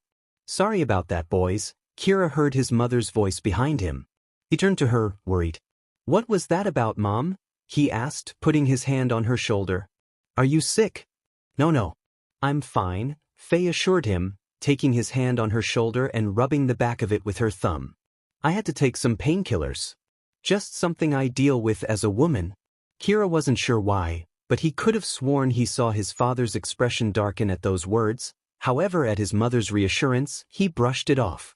"Okay, if you say so," he shrugged. "I need to get going in a minute, or I'm gonna be late." "Of course, honey, we don't want to keep you." Can you at least give your poor mother a hug before you go? Faye asked, holding her arms out for Kira. Kira immediately obliged. Despite being quite an independent boy, Kira's bond with his mother was certainly something special. They were an incredibly close pair, and Kira knew Sasaki's torment would have utterly broken her heart. However, Kira realized too late that this was actually a clever ploy by his mother, because as soon as she hugged him he could feel her messing with his long black hair. By the time he managed to pull away, he realized she had put it in a low ponytail. "Mom, come on. I hate having my hair like this. I look like a dweeb with it in a ponytail," he complained, but Faye just shook a finger in response. "I gave you a choice, Kira. I said you either get a haircut or you tie it back. Since you refuse to choose, the choice will default to this unless you decide to get it cut," Faye replied, making her son groan. He had hoped that by not choosing, that his mother would drop it and nothing would change hair-wise, as he liked having it down so he could hide his eyes behind something when things were rough for him, but he couldn't argue that with his new circumstances, that might not be necessary. Also, Faye was an incredibly stubborn woman, and if one argued with her then there was a very good chance they wouldn't come out on top, Kai having found that out the hard way many times. "Oh fine. But I don't like it," Kira told her firmly, picking his bag up. His heart started thudding, realizing that his life was about to be vastly different from what it used to be. "Don't focus on that, Kira," Kai chipped in, wheeling himself over to his son. He placed a hand on Kira's arm, causing the teen to look over at him. "Your mother and I hope you'll have a great first day. Have fun, son. Just remember, this is the start of an amazing new life for you. I am so proud of you right now," Faye added, wiping a tear from her face before giving Kira a quick kiss on the cheek. Kira smiled. "Thank you, both of you. I'll try my best to have a good day," he told his parents, giving Hoshi a pet on the head before opening the front door. However, just before he was about to leave, Kai stopped him with a hand on his shoulder, making Kira turn to face him, curious about what his old man had to say. "Before you go, Kira, I just want to tell you something," his dad said to him in a serious but calm tone. Kira kneeled down so he'd be eye level with his dad, as he felt this was very important. "Always remember this. If you see someone within your reach who you can help, you must. For that is what a hero does. I lived by these words every day when I was a hero, and now I pass them on to you in the hopes you'll live up to them. Also, I hope you know every day I'm proud to call you my son," Kai told him, in the most heartfelt manner Kira had ever heard from him. Kira just pulled his dad into a hug and nodded. "I will fit. I promise you," he told him before he stood up, wiping away the tears that were forming and finally making his way outside. Kira breathed in the morning spring air as he began the now familiar trek to UA. As it turned out, they didn't live too far from the school, so when she had a morning free, Faye had taken him on the route that he was to take when he eventually started so he could memorize it. All too soon, the tall building of UA loomed into sight. Kira's heart was still thudding in his chest, both out of nerves and excitement. He couldn't believe this was happening, that he was here outside UA High, about to pursue his long-term dream of becoming a hero. Entering the building, Kira almost couldn't focus as he collected his schedule from the receptionist on the front desk. Glancing down, he saw that he had been placed in the Hero Course's Class 1B. He'd heard from his parents that there were two classes in the Hero Course, Class A and Class B. Kai and Faye themselves had been in Class A, so he was at least thankful for that slight difference so he didn't feel as though he was completely copying his parents. Finding his classroom easily enough, Kira slid the door open to find a handful of students already there, either sitting at their desks on their phones or having a leisurely chat in small groups. Kira noticed a young boy with dark skin and pure white hair sitting at a desk by himself scrolling through his phone, a girl with short silvery gray hair covering her left eye and holding her arms up to her chest in a zombie-like state, and she was talking in a low voice to a girl with black hair in a shoulder-length bob who looked entirely unimpressed, and a boy with beige skin and beige hair who looked as though he had no lips who was sitting near the two girls, staring off into space. A couple of desks away from him sat a girl with wavy green hair and pointed teeth, who was watching a video on her phone. Kira caught sight of a pair of black headphones covering her ears, which explained the lack of noise from her video. Kira's breath seemed to hitch the moment he opened his mouth to greet any of the students, as he remembered his anxiety about not knowing how to socialize. A couple of the students turned to look at whoever had entered. The boy with no lips nodded in greeting and the green-haired girl grinned at him, showing even more of her shark-like teeth. Kira chose to just sit at his assigned desk, cursing himself at not knowing what to do in reply to any of the other students' greetings. He lowered his head, hoping that nobody would approach him as he could feel the anxiety gripping him, causing him to break out in a sweat. More students entered the classroom, but no one paid Kira any attention. Every time someone entered, Kira flicked his eyes over to the door, not lifting his head up. On one particular occasion he was met with a strange sight. This student had incredibly long blonde hair, possibly even longer than his, which looked very feminine, but they wore trousers, whereas the girls wore skirts, meaning the student had to be a male. He had a loud voice, which was accompanied with an exotic-sounding accent. 𝗃𝐻𝗵𝗲. The pair of you got in, the newcomer hollered, grabbing the hand of the boy with no lips and nodding at the girl with pointy teeth. Hey, Yamamoto. It's good to see you again. It's been a while since we hung out. Can't believe we're in the same class, the girl, now known to be 𝗃𝐻, replied with a smile. Morning, Yamamoto. Can you not yell so loud, please? Asked the boy, or 𝗵𝗲 as he was now known to be. Oh, sorry, said Yamamoto. Have you seen or heard from her yet? Because I haven't, he added to 𝗃𝐻. 𝗃𝐻 shook her head. Nope, I haven't either. No idea what she's doing, planning a big entrance if I know her. Heck, I don't even know if she's going to be in this class, she shrugged. Yamamoto shrugged as well, nodding in agreement. 𝗃𝐻 and Yamamoto began to chat about other things, 𝗵𝗃 chipping in at times. Kira could easily surmise that they'd all met prior to starting UA, especially Yamamoto and 𝗃𝐻, as she'd previously stated that they hung out before.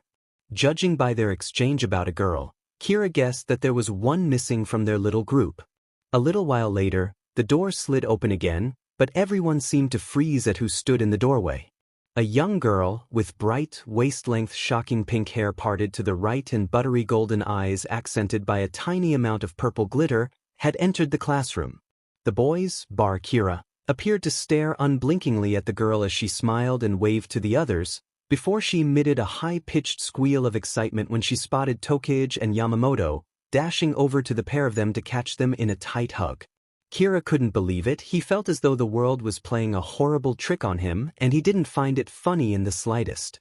He knew exactly who that newcomer was. She was Elliana Shiro, a teen idol known locally as 𝗵𝗲𝗄's sweetheart, social media influencer, YouTube vlogger, daughter of the famed rescue Shiros and his mother's goddaughter. She was his estranged cousin, who he'd refused to see for approximately a decade at this point. Kira and Elliana used to play together when they were young children, before the appearance of their quirks. Everyone joked that they were inseparable, and Elliana coming over to play was one of the happiest times in Kira's life. He had so many fond memories of them from when they were children. He used to have a trampoline in the backyard which they would spend hours jumping on. They'd play with their hero toys in the living room, and she'd often show him tricks she had learned at her gymnastics class. She was an avid gymnast. He remembered that well. One of his favorite memories from that time was when Kai would pick the pair of them up and hold them in his arms, especially when they were tired. After his quirk developed and the torment from Sasaki started, Kira completely cut Elliana off, shutting himself in his room whenever she came to his house, as he believed she deserved better and he didn't want the torment to extend to her. Despite Elliana knocking on his bedroom door every time she came over, Kira stood firm to his decision and never opened the door, even telling her to leave him alone if she was really persistent. Eventually she gave up, either due to her finally believing he was a monster, or because she grew tired of constantly being refused. Kira didn't know. All he knew was he had lost his cousin, his closest friend. Despite him believing it was for her own good not to associate with him, it had still been incredibly painful for Kira to stop seeing Elliana, and now here she was in the same class as him. He kept his eyes down on the table, hoping he wouldn't catch her attention. He also prayed that she didn't recognize him, as he didn't put it past his mother to show Elliana any photos of him she'd managed to capture over the years. However, when he flashed her a quick glance, Elliana seemed to be completely engrossed in animatedly chatting with 𝗃𝐻 and Yamamoto, a large happy smile on her face. That never changed, he thought nostalgically, as he always remembered her smiling. Oh, that's just not fair, Kira heard someone muttering next to him. Turning his head slightly to his right, he caught sight of another boy with blonde hair, although this boy's hair was nowhere near as long as Yamamoto's. His eyes were a light blue, and they were currently narrowed in contempt as he watched Elliana with her companion Yamamoto. Doesn't he realize how lucky he is, and also how out of his league he is? I'm sorry? Kira asked, utterly confused. Just how many blondes were in this class?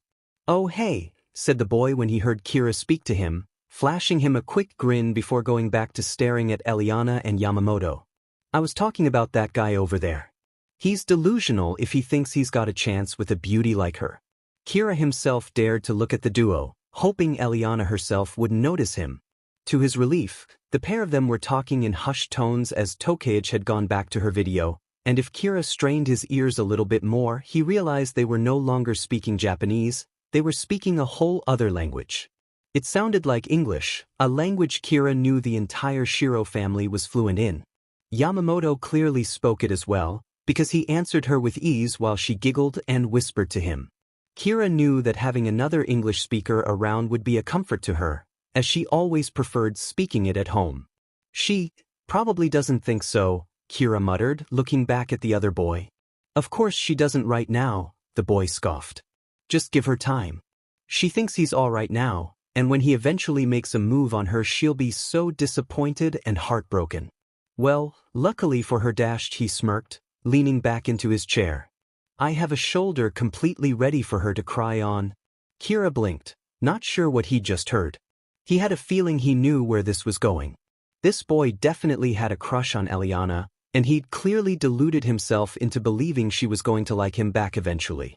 He was definitely the obsessive kind.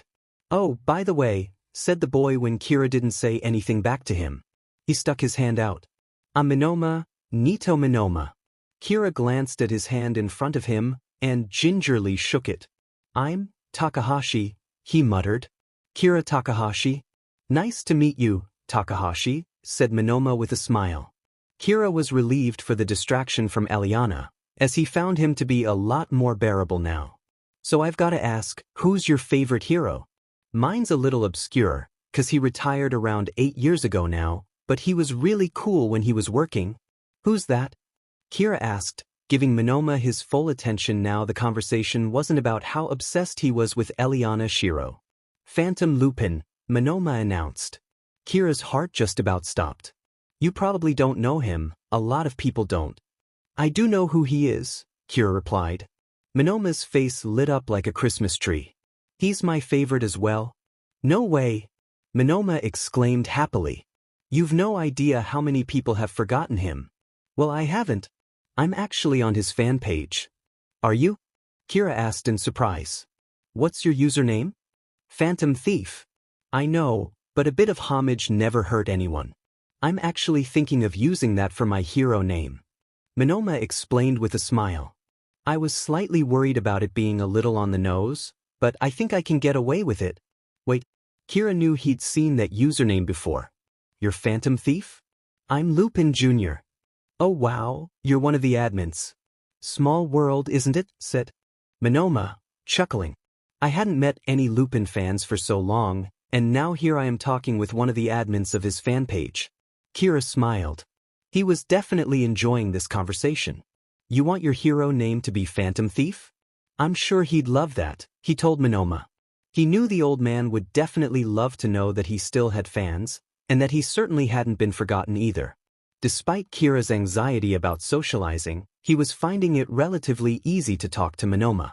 He wondered if that was because they were talking about heroes, or because 𝗵𝗲 was a Lupin fan, but he hoped it wouldn't end, as he found he was enjoying himself talking to 𝗵𝗲. Yeah, I wanted my hero name to be a little tribute to Lupin. I picked Thief because my quirk is copy, so it lets me use certain quirks if I touch people. Not very impressive, I know, but I think it's cool, Kira cut him off. 𝗵𝗲's eyes widened with hope. You do? He asked. Yeah.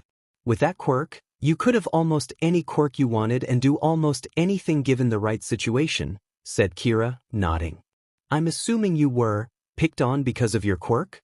Monoma nodded, his expression morphing from one of sadness to one of smugness.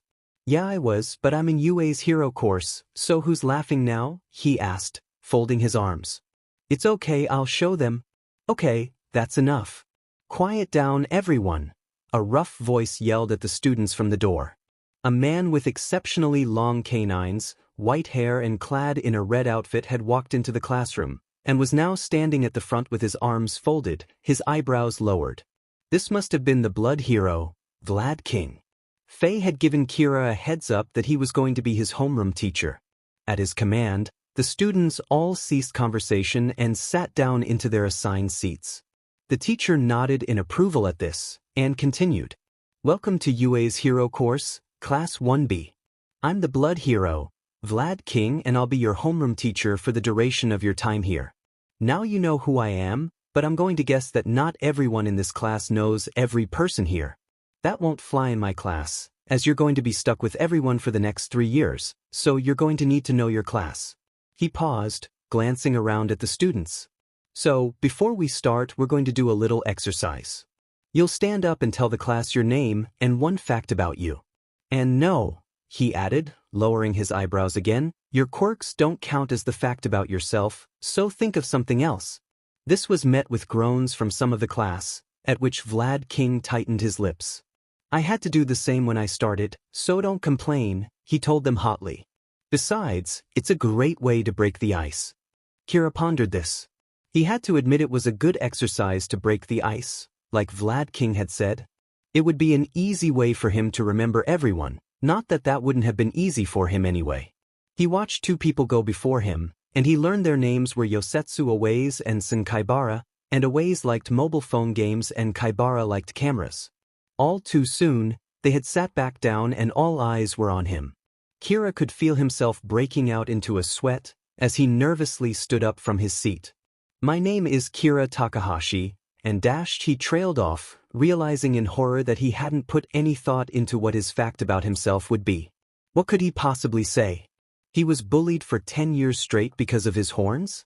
No, he didn't want people to pity him. He attended Fukuhara Junior High? No, that was an easy cop-out. His estranged cousin was sitting in the room, and she probably didn't even remember him? No, nothing about Elliana, as people would probably think he was lying and he didn't want to be remembered as such. Wait, remembering. That was it. I have an eidetic memory, he finished, the words practically tumbling out of his mouth in sheer panic. He sat down as quickly as he could and hung his head, his cheeks burning in shame. That had been so embarrassing and had probably not left a good first impression on his new classmates. They were most likely thinking he'd made a complete fool out of himself, and probably even stifling their laughter at him as well. It wouldn't have been the first time that had happened. You've got a what? He heard the boy called Yamamoto say in his odd accent from a few seats away. Kira cringed, not wanting any more attention than necessary on himself. An eidetic memory, said a female voice, one that was incredibly familiar to him. He dared to look in his peripheral vision to his right, and to his amazement, he saw the redhead girl who he'd helped during the entrance exam. She had turned around and was talking to Yamamoto. It means he very rarely forgets anything. Another term for it is photographic memory. Oh cool. Wouldn't mind having one of them, I'm always losing shit.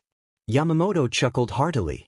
Vlad King's head seemed to snap over to Yamamoto at the curse word, his face twisting furiously with a vein bulging in his forehead. You, he bellowed, pointing at Yamamoto, who looked very much like a deer in the headlights at being called out. Language. Yamamoto appeared to flinch at the shouting, and almost shrunk down into his seat. Clearly, this wasn't the first time he'd been caught using bad language. I've got my eye on you, boy, Vlad King growled, shaking his finger at the blonde. Now who's next? After a few more people, Kira heard a very happy voice talking. My name is Elliana Shiro, and I was born in America, she shared. Kira could practically hear her bouncing on the spot as she spoke. He clenched his fist. Clearly she had been much happier without him, therefore he felt no need to tell her who he was to her. My name is Sean Yamamoto. The odd accent broke Kira from his thoughts. And I'm half Irish? That explained why he spoke the way he did. He was half Irish and he obviously favored that half in his bad language. When everyone had introduced themselves, Vlad King ordered the class to change into their gym uniforms and meet him outside for their quirk assessment test. Kira felt slightly better about using his quirk than he used to, so he already knew he was making progress. Kira stood up when everyone else began filing their way out of the classroom. Kira kept his head down, hoping to just go with the crowd, but as with many things in his life, it didn't go the way he wanted. "Hey!" he heard from behind him. He turned around and was shocked to see the redhead from the entrance exam. He wondered if she was talking to him, but a quick glance around quickly confirmed that she was looking straight at him. "You got in. Nice one," she told him with a smile, giving him a thumbs up like she did after he'd helped her. "I had a feeling you would. You were incredible at the exam." Kira flushed, not used to someone heaping praise onto him like that. He was more used to being put down about his quirk, not praised for it. Thank you," he muttered, daring to meet her eyes. They were teal and sparkled happily. "Why, you were great as well." "Thanks. I'm 𝗧𝗵𝗲 𝗫𝐿," she said, holding her hand out. "I never got your name at the exam." "Kira Takahashi," he replied, shaking her hand. This introduction thing was slowly becoming easier, he noticed, because this time he didn't hesitate before shaking someone's hand. "Very nice to meet you. I look forward to training with you," said Kendo, smiling at him. Before she withdrew her hand. Before Kira could reply, two loud voices reached his ears. He glanced to the left, where he saw Elliana messing with Yamamoto. She appeared to be poking him repeatedly on the shoulder, and he was snapping at her in English, clearly telling her to knock it off, looking incredibly annoyed with her antics. Elliana was grinning, fully aware that she was being irritating and also talking back to him in English, albeit with a sugary sweet tone. "Do. Not. Me." Yamamoto howled in Japanese, grabbing Elliana by the hand when she went to poke him again. "You know I don't like it." Elliana huffed, yanking her hand away from Yamamoto and folding her arms over her chest, a scowl spreading across her face. "You are no fun," she complained, stomping her foot. Kira recognized this all too well. She was an only child and therefore she was very spoiled. And you're a spoiled brat who's about to throw a fucking tantrum." "There, we're even," Yamamoto snapped, staring Elliana down. He had a height difference of at least 5 inches, so he was able to do this with ease. Kira was amazed that Yamamoto had brazenly called out her behavior like that, because it seemed like he was one of the first to even attempt to do so. Elliana's scowl deepened, but Yamamoto paid her no mind, instead pushing her forwards with the rest of the students. "Now move it, I'm not being left behind. I don't want to be on the receiving end of our teacher's temper again." "Thank you," he ordered, shoving her again. "Don't push me." Elliana barked angrily, her scowl etched into her pretty face. The taller blonde shook his head. "Oh, do us a favor and put a cork in it, ya overindulged bitch," Yamamoto said wearily, rubbing his hand down his face. "Carry this crap on, and I'll tell your butler." Elliana's face blanched, the color draining completely from her cheeks and her eyes widening to the size of plates when Yamamoto mentioned the butler. She clamped her lips together, clearly stifling whatever retort she'd had brewing to throw back at Yamamoto, and turned to follow the rest of the class. "She's got the right idea," Kendo muttered to Kira, beckoning him away. "Let's get moving before Mr. Vlad King gets annoyed again." First Day Blues, Part 2. A/N. This chapter was originally planned to be in Chapter 4 as well, but that chapter was getting close to 5,000 words long, so we decided to split it up between 2 chapters instead rather than try to condense it down and reduce the quality of the chapters. Once again, please leave a follow, a fave and a review and enjoy the chapter. Kira stepped out into the training area of UA, his heart pounding in anticipation underneath his new gym uniform. He admitted that he liked the design of it, the white lines traveling up his shoulders to form a letter U, and identical white lines going across and down his torso in a letter A. He wasn't sure what to expect. His class was already turning out to be far different from what he had imagined. While there was no torment, they also weren't exactly welcoming him with open arms, the only exception being Monoma, who had taken a place right next to him while they waited for the rest of the class to finish changing. "This is exciting," Monoma muttered to Kira, bouncing on the balls of his feet. "I can't figure out what's going on, keeps me guessing and I love it." Just what I'd expect from the most prestigious hero school in Japan. I guess, Kira whispered, not sharing his enthusiasm at all. He was starting to feel wholly unprepared for whatever 𝗏𝗏𝗏 had planned for them. The other boys present whipped their heads around at the sound of two voices, both speaking English. Kira cringed. Elliana was approaching, and given the extra voice, so was Yamamoto. He hoped they would stay well away from him, because he had already seen the other boys shooting dirty looks at Yamamoto for being close to her, and he wanted no involvement in that. Before long, the rest of the class had joined them. Kira had spotted 4 of the boys, 𝐻𝑗𝑜setsu 𝐻𝑗𝑜 𝐶𝐻𝑗𝑜 and 𝐡𝐻𝑖𝑟𝑖𝑢 attempting to cozy up to Elliana. However, 𝗏𝗏𝗏 broke that up with his booming drill sergeant's voice. "That's quite enough out of you, you vultures," he bellowed. "Break it up, put your eyes back in your head and pay attention. We're about to begin a Quirk assessment test." The class unanimously replied in shock. A Quirk assessment test?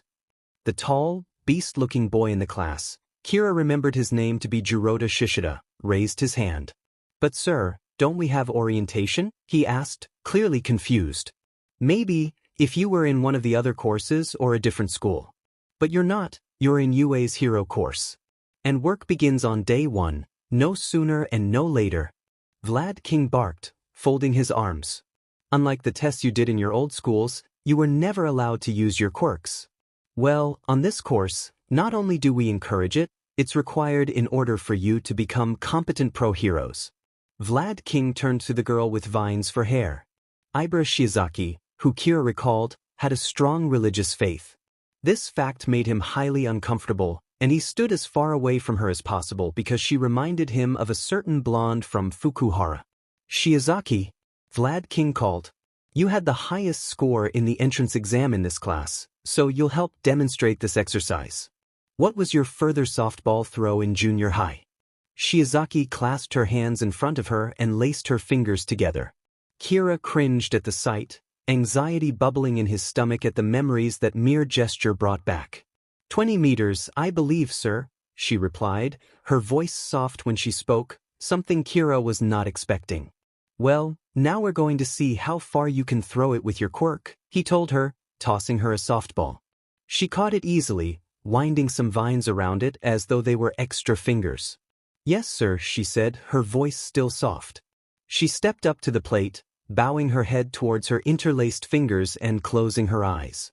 She was clearly concentrating, as the vines on her head reeled back and positively catapulted the ball away. The class's jaws collectively dropped at the display. Shiozaki may have been soft-spoken, incredibly quiet and unassuming, but the vines she manipulated made her quite the opposite of all that. She was not one to be underestimated in a fight.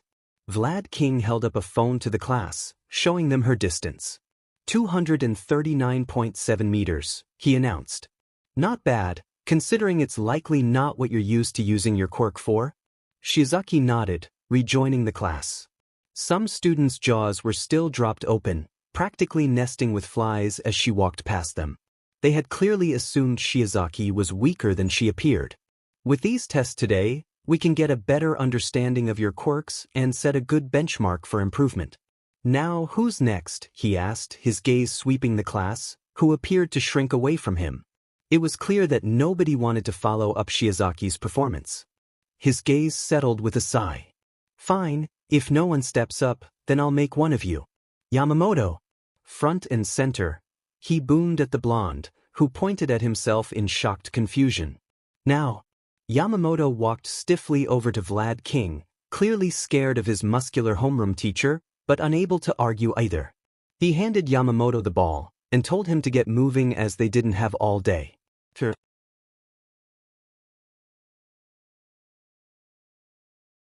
Couldn't help but wonder what exactly Yamamoto had done to draw 𝗏𝗏𝗏's ire in this particular moment, as he hadn't seen the blonde doing anything to warrant it.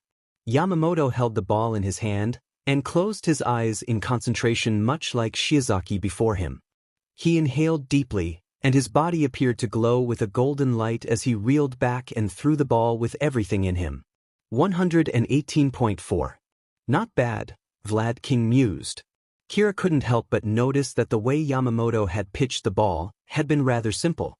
The blonde had clearly never watched Hero League baseball, and Kira wondered that if he'd done an official baseballer's pitch, he could have gotten close to 150, possibly even more.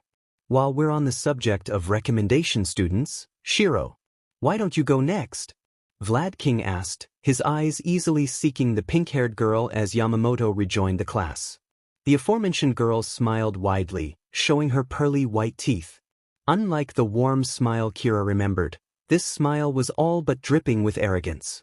Thought you'd never ask, she said rather brashly, practically skipping over to the plate. The crowd seemed to part as she walked past, and Kira could have sworn he saw a line of drool descend from 𝗬𝗵𝗏𝗧𝗏's bottom lip. Disgusting, he thought, his nose wrinkling in revulsion. 𝗏𝗏 went to hand her the ball, and she snatched it clean out of his hand. Kira saw Yamamoto's eyes widen in horror at the sight, as 𝗏𝗏 appeared to puff up in indignation. However, Elliana paid him no mind, readying herself for her throw. Before I do this, she piped up, pointing at the ball, no one's too attached to this, are they? There's definitely spares. Yes, there's spares. Now hurry up. 𝗏𝗏 snapped at her, narrowing his eyes in annoyance. Okay, she chirped happily, satisfied with his answer. Like Shiozaki and Yamamoto before her, she reeled her arm back and threw the ball. However, the ball didn't seem to lose altitude the further away from Elliana it traveled. It appeared to travel in a straight line, never ascending or descending. Kira turned his attention from the ball back to Elliana. She was staring at the ball as it moved away from her, and he could see the furrow of concentration in her brow. After about 20 seconds, everyone had lost sight of the ball. The furrow of Elliana's brow disappeared and her smirk returned to her face. How'd you like that? She asked cockily, planting her hands on her hips. 1,054 feet, .3. Very good, Shiro, 𝗏𝗏 congratulated her. Elliana's smirk widened at the praise. However, at his next words, her smile shrank. I was ready for you to send it into space. So in that category, you came below my expectations. Elliana's jaw dropped open with a gasp of horror, before morphing into the brattiest pout Kira had ever seen. Rude, she replied sulkily, marching back to her place next to Yamamoto, who was clearly trying his hardest not to laugh at her misfortune. It appeared to Kira that 𝗏𝗏's words were intended to put the spoiled idol in her place, and judging by Elliana's reaction, he'd achieved that and then some as she folded her arms over her chest, her expression rivaling that of someone who had bitten into a lemon. Yamamoto couldn't hold it back anymore, and began to chuckle behind his hand. Elliana shot him a death glare, snapping something in English to him. He wasn't listening, more focused on smothering his guffaw with his hand and not drawing 𝗏𝗏's attention. Kira couldn't blame him for that, as he'd somehow found himself on 𝗏𝗏's radar enough so far. One by one after this, people in the class took their turns throwing the ball, with some like Kendo scoring around the same level as Yamamoto, though hers was in the high 100s. While others like 𝐒𝐻𝐢𝐵 couldn't really use their quirk in this test to help throw the ball, and got what they probably had gotten in junior high, if not more. They were all shocked when they saw Monoma had used the same quirk as Yamamoto, but he quickly explained, his quirk allowed him to copy certain quirks of people he touched for 5 minutes, so naturally he went for one he thought would be the best choice for this particular situation. Monoma revealed to Kira afterwards that he wanted to get Elliana's quirk, but couldn't get near her thanks to all the other boys hogging the space around her. Kira didn't dignify this with a comment at all, as he found it somewhat creepy.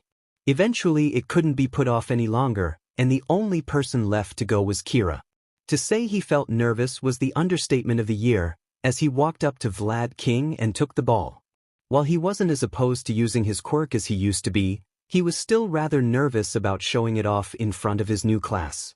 The last time he had done that, all he had gotten from his peers, mainly Sasaki, was utter ridicule, which led to him vowing not to use it at school. But here at UA, as 𝗏𝗏 had told them at the beginning of the exercise, quirk usage was encouraged in order to ascertain areas of improvement. Kira knew he had to give it his all or he'd never live up to his father's words. With that in mind, his fist clenched around the ball and his arm reeled back, kicking one leg up like he'd seen in Hero League baseball. Purple flames engulfed the space between his hand and the ball as he swung his arm overhead and his leg back down to the ground. At the moment he released the ball from his hand, he also released a powerful blast of fire which propelled the ball away from him like a rocket. The rest of the class could only watch in shock and somewhat awe, as none of them had expected him to have such a quirk. Kira closed his eyes, only just hearing his score of 681.8 as he rejoined the class, and awaited the inevitable ridicule that always came with using his quirk. However, it never came. All he could hear was comments of incredulity about how he'd gotten the second highest score in the class, or about his pitching technique being spot on. The one that shocked him the most was the praise from Shiozaki, of all people. The one person he thought would denounce him in this class. Minoma was also particularly impressed. "Dude, that was awesome. I guess I did copy the wrong quirk for this test after all," he told him with a laugh. Kira was completely dumbstruck. He'd never gotten such praise for his quirk outside of his family. "Thank you," he replied with a nod, not knowing what else to say. However, he could feel someone's stare practically burning holes in the back of his head. Turning around, he saw a pair of narrowed golden eyes in his peripheral vision, belonging to none other than Elliana Shiro. However, from what he could see, she didn't seem jealous of his score or disdainful of his appearance. She seemed to be squinting at him contemplatively, while Yamamoto appeared to go on a tangent down her ear, but she wasn't listening to him.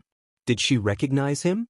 She couldn't possibly. He hadn't seen her for nearly a decade and he knew he looked vastly different from the last time she had seen him. Thankfully, Kira didn't need to worry about it for any longer, because he noticed 𝗬𝗏 sidling up to Elliana and attempting to flirt with her, which distracted her from her thoughtful staring. It didn't last long, though, because someone else had seen this exchange and they were not about to let it continue. "Oi, piss off!" Yamamoto ordered the other boy, getting between him and Elliana and puffing himself up, a clear intimidation tactic. The two boys were the same height, but Yamamoto was stockier and easily more muscular than 𝗬𝗏, meaning he would hit harder, and Kira got the feeling that Yamamoto wasn't a stranger to physical altercations if the situation called for it. "Hey, what's your deal, man?" 𝗬𝗏 sneered, annoyed at being interrupted. His nose wrinkled in disgust, as he looked Yamamoto up and down with disdain. "You've been stuck to her like glue all day. What, you hoping to get in before any of us, is that it?" Yamamoto's glare intensified at the insinuation that he wanted Elliana as well. Given his reaction, that couldn't be further from the truth. "Get fucked. You're walking on thin ice, you bastard. She's got more important things to worry about than your wet dream, so fuck off," he snapped haughtily, taking one step closer to 𝗬𝗏. "Thank you, Sean," Elliana replied in a clipped tone, obviously not happy about him speaking for her, if the way she rolled her eyes was anything to go by.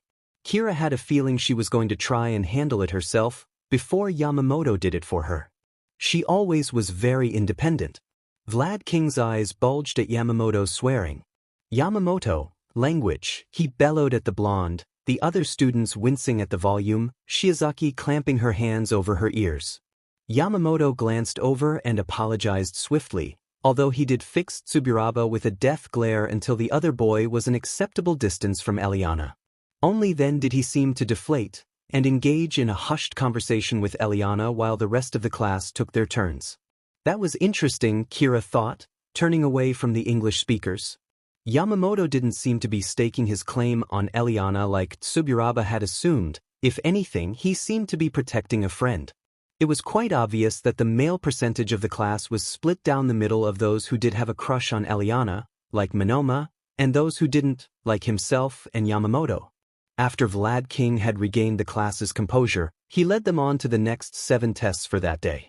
They involved a 50-meter dash that 𝗧𝗧 did in the best time, a grip test that Kendo did the best in, to which she explained that she had martial arts training and a quirk that made her hands larger. When it came to the long jump, repeated side steps, and seated toe touch, unsurprising to those who knew, Elliana did the best there thanks to her gymnastic training.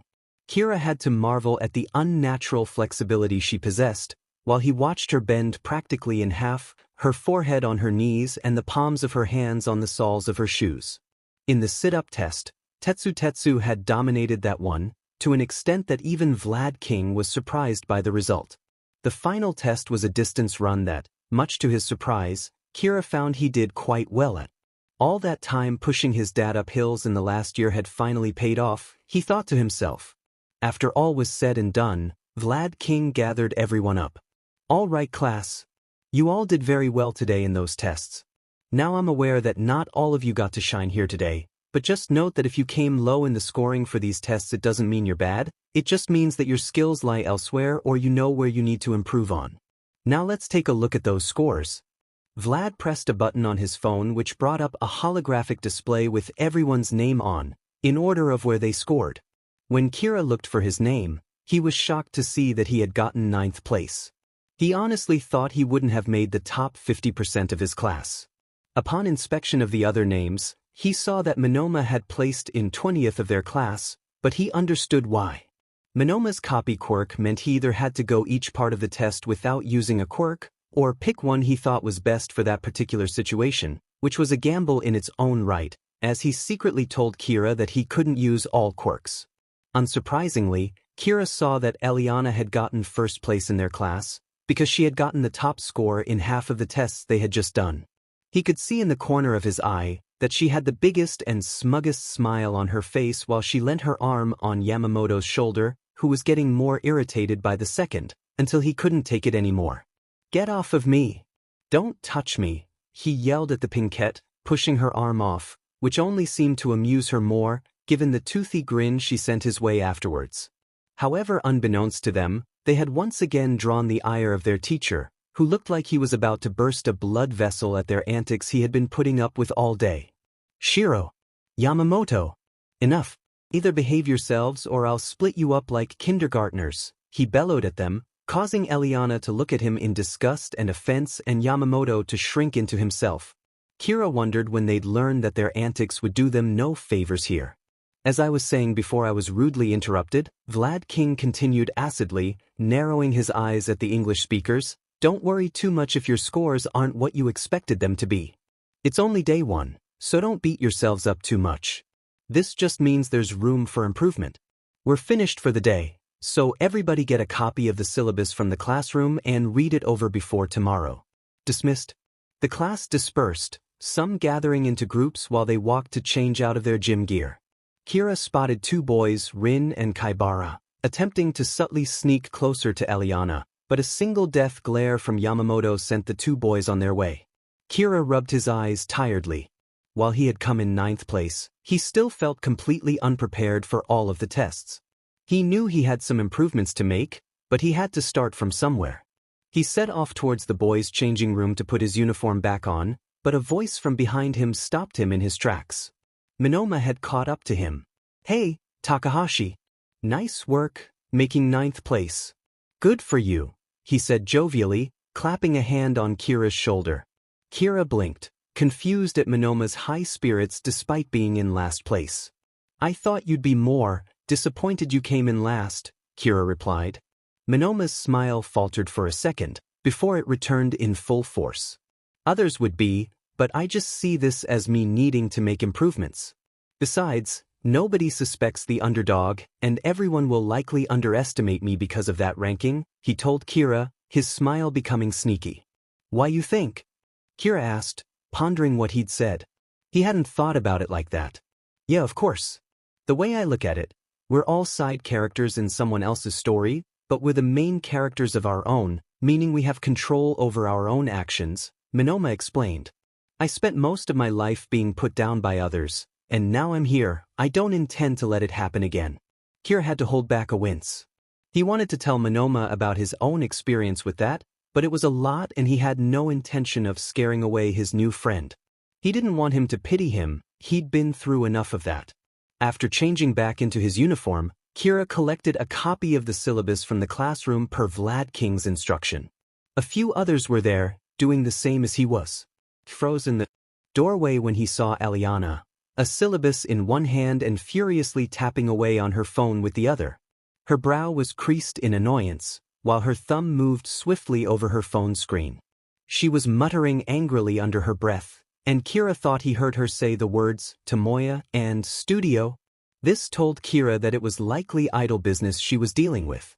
Kira quickly grabbed a syllabus for himself and exited the classroom, not wanting to engage with her.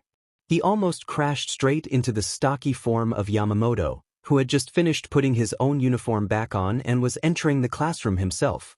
"Oi, watch where you're going, you daft bastard," Yamamoto said irritatedly, dodging around Kira and going through the door. He could hear the blonde practically hollering at Elliana in English as he went into the classroom. "Geez, that guy's got no business being as loud as he is," 𝗵𝗲 grumbled. Kira practically jumped out of his skin. He hadn't seen or heard him come out of the classroom. "𝗵𝗲, you can't sneak up on me like that," Kira panted, his hand over his racing heart. "But I agree he's too loud. Don't know how she deals with it." "She deals with it because she's perfect," 𝗵𝗲 proclaimed with a smile. Kira wondered if 𝗵𝗲 had missed the moment where Elliana had stood with a bratty pout on her face, or if he was just pretending it didn't happen in order to preserve the image of her he'd created. "If you say so," Kira muttered, his heart rate thankfully back to normal. "Do you want to walk with me?" he added nervously. "Sure, why not?" 𝗵𝗲 agreed, smiling as he slung an arm over Kira's shoulders. Kira tensed up, not knowing what to do. This was all new to him. "You're not bad, you know, Takahashi." "Thank you," Kira said quietly. The two boys walked to Yue's entrance in comfortable silence, 𝗵𝗲's arms still slung around Kira's shoulders. Kira found that with each passing moment, he was beginning to get used to this. They walked out of the school to see the rest of the students finishing for the day. Kira could see tall third years, stuck-up second years and fresh-faced first years, much like himself and 𝗵𝗲. The appearances of the students were all incredibly diverse, most due to their quirks. Kira inwardly admitted that he didn't feel too out of place amongst them. If anything, 𝗵𝗲 looked out of place more than he did. "I really enjoyed hanging out with you today, Takahashi." 𝗵𝗲's voice distracted him from his thoughts, taking his arm off his shoulders. "I've got to go now, see you tomorrow." Kira returned 𝗵𝗲's wave as he began to walk in the opposite direction. He connected his headphones, put on his favorite playlist and began his own walk home. In what felt like no time at all, Kira was back on his doorstep, his first official day at UA done. He sighed, knowing his parents were going to be relentless in their questioning. However, he also knew there was no point in putting it off. He unlocked the door, Hoshi excitedly greeting him as he entered the house. "Hey, you big polar bear," he said happily, petting Hoshi on the head, which caused the dog's tail to wag even more. "Mom, Dad, I'm home." Faye practically flew out of the kitchen, Kai wheeling after her. "Hello, Kira," she cried, wrapping her arms around him. "So, how was your first day?" "Interesting," Kira stated bluntly, pulling away from his mother's embrace. Kai raised an eyebrow at his son's deadpan tone, while Faye paled. "Did anyone say anything about, she asked frantically, putting her hands on his shoulders. "No," Kira replied, shaking his head. He was thankful that that was one thing he didn't have to report back. "I figured it wasn't that," said Kai thoughtfully, rubbing his chin. "If it had been, you'd have gone straight upstairs without so much as a word. This is something different?" "Yeah, you could say that." "Different as in, you both knew, didn't you?" Kira asked, folding his arms and fixing his parents with an accusatory glare. "We know a lot of things, Kira. You're going to have to narrow it down," said Faye, who now bore a look of confusion. "2 words. Elliana Shiro," Kira said, his gaze hardening. Faye's eyes widened in shock and a small gasp escaped her mouth, while Kai sighed, placing a hand to his temple in annoyance. "I told you this would happen," he said to his wife, who shot him a glare. "If you knew this would happen, why didn't you tell me?" Kira asked angrily. He'd opened the floodgates of his irritation, and now everything was pouring out. "She's in my class. I haven't seen her in nearly 10 years. Do you have any idea how on edge it's made me feel today? I should have been enjoying my first day, but instead I've been panicking that she might recognize me and fly off the handle wanting answers. I remember all too well what her temper's like." "Okay, first of all, calm down," Kai ordered sternly, narrowing his eyes at his son. "We knew she was going, but we didn't know she'd be in your class. This is news to us as well." "We had our reasons, Kira," said Faye gently, hoping this would pacify the angry boy. "We wanted you to enjoy yourself and not have to worry about anything." "And by we, she means her," Kai interjected jokingly. I had my reservations, but you know your mother's a stubborn old goose. Faye's gaze snapped over to her husband, who was grinning like a Cheshire cat at his words. Her only response was a swift smack upside the head, which earned an ouch from Kai.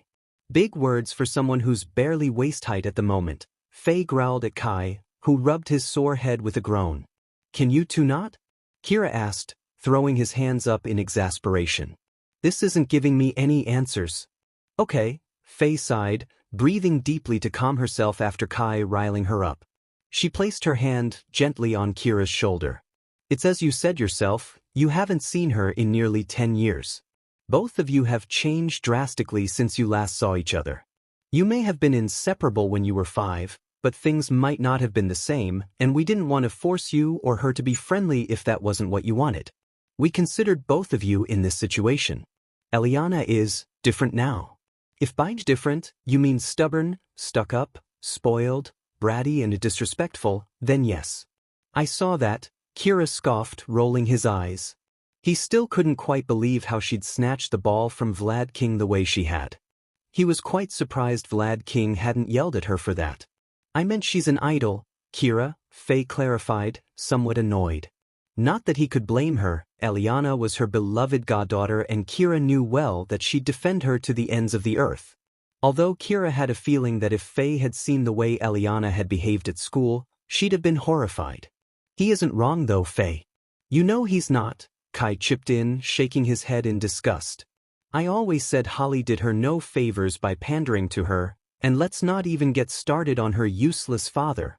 You're right, let's not, Faye agreed quickly, hoping to quell any impending ranting from Kai. Normally when he ranted about the Shiros, it took him a while to stop. But do you understand now, Kira? I guess, Kira said, contemplating what his mother had told him. A thought suddenly struck him. Wait, does that mean Aunt Holly knows I'm at UA as well? We didn't say anything to her, said Kai, frowning. Did you speak to Elliana today? No, I kept my distance.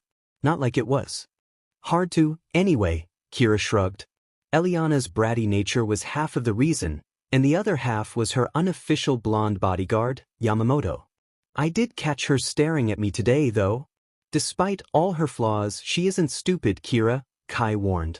She was admitted through recommendations, so don't be surprised if she's figured it out. She is a smart girl, I'll give her that much. There was silence as Kira digested this new information. His parents had known his estranged cousin would be at his new school with him, and while he wasn't happy they'd kept it from him, he now understood that they had legitimate reasons to do so.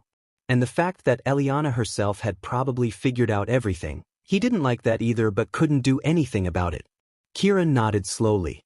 I get it now, he told his parents. I understand why you did it. Kai and Faye exchanged a quick glance. So, what else happened today? Faye asked in anticipation. Kira huffed a laugh. Where do I begin? He said, waving them into the living room before launching into a recap of the day's events, his faithful hound at his feet. Battle trial. Ready? Fight. Part 1. A/N. Over 20,000 words so far, and now we're on to what a good amount of you want. Fighting. Hope all you bloodthirsty people will get your kicks from this, but just note as we don't know all of Class B's matchups for this, we won't be doing every single fight nor will we be recapping them. We will only be focusing on one fight with our main characters Kira, Sean, and Elliana with one of the faves of Class 1B. Can you guess before we reveal it? Anyway, you know the drill. Please leave a fave, follow, and a review. Enjoy the chapter. P.S. Sorry for the long wait on this chapter. We had 2 reasons for this, the first being, as you know, the MHA manga has finally come to its conclusion and we wanted to see how that would play out at first before we progressed any further. The second being is I've started a new time-consuming job and am going to the gym, so my time and energy are in short supply. So yeah, this year has been a whirlwind for me and my girlfriend, but things are looking up for the future at least, so hopefully we can get this story rolling a bit more now. After the previous day's events and revelations, Kira decided that the best way he could avoid an altercation with Elliana was to simply not engage with her or draw attention to himself. However, he had a feeling that was going to be difficult, given they were in the same class. But alas, things didn't work out the way he'd wanted, yet again. Kira really felt as though the world was laughing at him with what happened. At the start of the day, Kira had found Monoma in the classroom before him, greeting him easily enough. A handful of other students had also arrived early, Yamamoto and 𝗏𝗧𝗏 being amongst them. They were already sitting at their respective desks, Yamamoto resting his chin on his hand and fighting to keep his eyes open, while 𝗏𝗧𝗏 scrolled through her phone, likely on social media. Slowly but surely, the rest of the students filed in and took their seats, Kira deliberately avoiding eye contact with a certain pink-haired girl when she arrived. After yesterday's exhausting events, no one quite knew what to expect from today. "I am here." A loud voice tore through the air as the door slid open and a huge figure entered the classroom with staggering speed. Kira did his best to keep his composure. It was 𝗏𝗏𝗏. To teach your first heroics class. Evidently, he wasn't the only one who was excited by the number 1 hero's presence, given that many of his classmates were gasping in delight or whispering amongst each other. "Hi, 𝗏𝗏𝗏," said a familiar American accent, tone practically dripping with honey. Kira cringed, glancing over at Elliana Shiro, who was smiling brightly at 𝗏𝗏𝗏. "My mom and dad told me to tell you, thank you for taking time out of your busy schedule to appear at my 15th birthday party last September." Kira fought the urge to roll his eyes. Of course she'd have the number 1 hero appear at her birthday party. "It was no problem, young Shiro." 𝗏𝗏𝗏 boomed, smiling down at Elliana, who batted her eyelashes at the attention. She clearly looked cute to some, but to Kira, the display was just unpleasant. Show off, he thought, the urge to roll his eyes becoming harder to fight. "I'm only sorry I had to bow out early." "It's okay," Elliana said, her voice becoming dangerously sugary. Kira had a feeling this tone was the one she used when she wanted something. Here, it looked as though she just wanted to flaunt the fact that she was on such casual speaking terms with the number 1 hero. "We understand that you're an incredibly busy man, and I'm just happy you attended for as long as you did." "Indeed. Now, onto the class. The most important class at 𝐸.𝐴. Think of it as Heroing 101. 𝗏𝗏𝗏 continued, his tone becoming almost businesslike. Eliana's face soured slightly at being brushed off like that, but she took her seat anyway, exchanging a grin and a quick wave with 𝗏𝗏𝗏 as she did so. Kira recalled seeing 𝗏𝗏𝗏 sitting with Elliana and Yamamoto at lunch yesterday, and he'd noticed that the two girls seemed like best friends. "I know this is one you've all been waiting for, the opportunity to get into the field and really try your hands at some hero work," 𝗏𝗏𝗏 announced. He was correct, because so many of the class were fidgeting in excitement at the idea of finally doing some hero training. Even Yamamoto had sat up, all previous fatigue apparently vanished, fully engaged with what 𝗏𝗏𝗏 was saying. 𝗏𝗏𝗏 then pulled out a card from seemingly nowhere, with the word battle written on it. "I hope you're ready, for this class will pull no punches." Following this statement, the excited whispers amongst the students grew to exhilarated chatter. Now settle down. I understand your excitement, but save it for this." 𝗏𝗏𝗏 proceeded to point to the wall, which was revealing what appeared to be metallic suitcases with bright green numbers between 1 and 20 adorning them. The number 1 hero explained that the contents of the cases were their hero costumes, which were designed based on their Quirk registration forms and the requests students had submitted before they had started school, making all but one of the students look like toddlers on Christmas morning. Kira was the only one who did not share this excitement, as he hadn't submitted his own design through no fault but his own. Before he had started school, he had spent hours thinking about it, but never felt happy with anything he came up with, due to intrusive thoughts and anxiety making him doubt himself, so in the end his mother submitted a design for him. He was so caught up in that thought that he barely had time to register, 𝗏𝗏𝗏 telling the class to suit up and meet him at Training Ground Beta to continue the lesson. The students retrieved the cases with their respective numbers on, and disappeared out of the classroom to the locker rooms. Elliana Shiro practically bounced with excitement over to her case, her friends Sean Yamamoto and Setsuna 𝗏𝗏𝗏 close behind her. Elliana remembered well what her costume was to look like, as she and her mother had sat down and designed it together. The pink-haired girl seized the case, her grin widening. Yamamoto scanned the case's left before finding his. 𝗏𝗏𝗏 had already found hers, and was bound for the girls' locker room. "So, how much glitter is on your costume?" Yamamoto asked in English as they exited the classroom, only leaving Kira behind. Because if I know you, you've put 𝗵𝗲𝗄𝐻 glitter trade out of business with how much you use?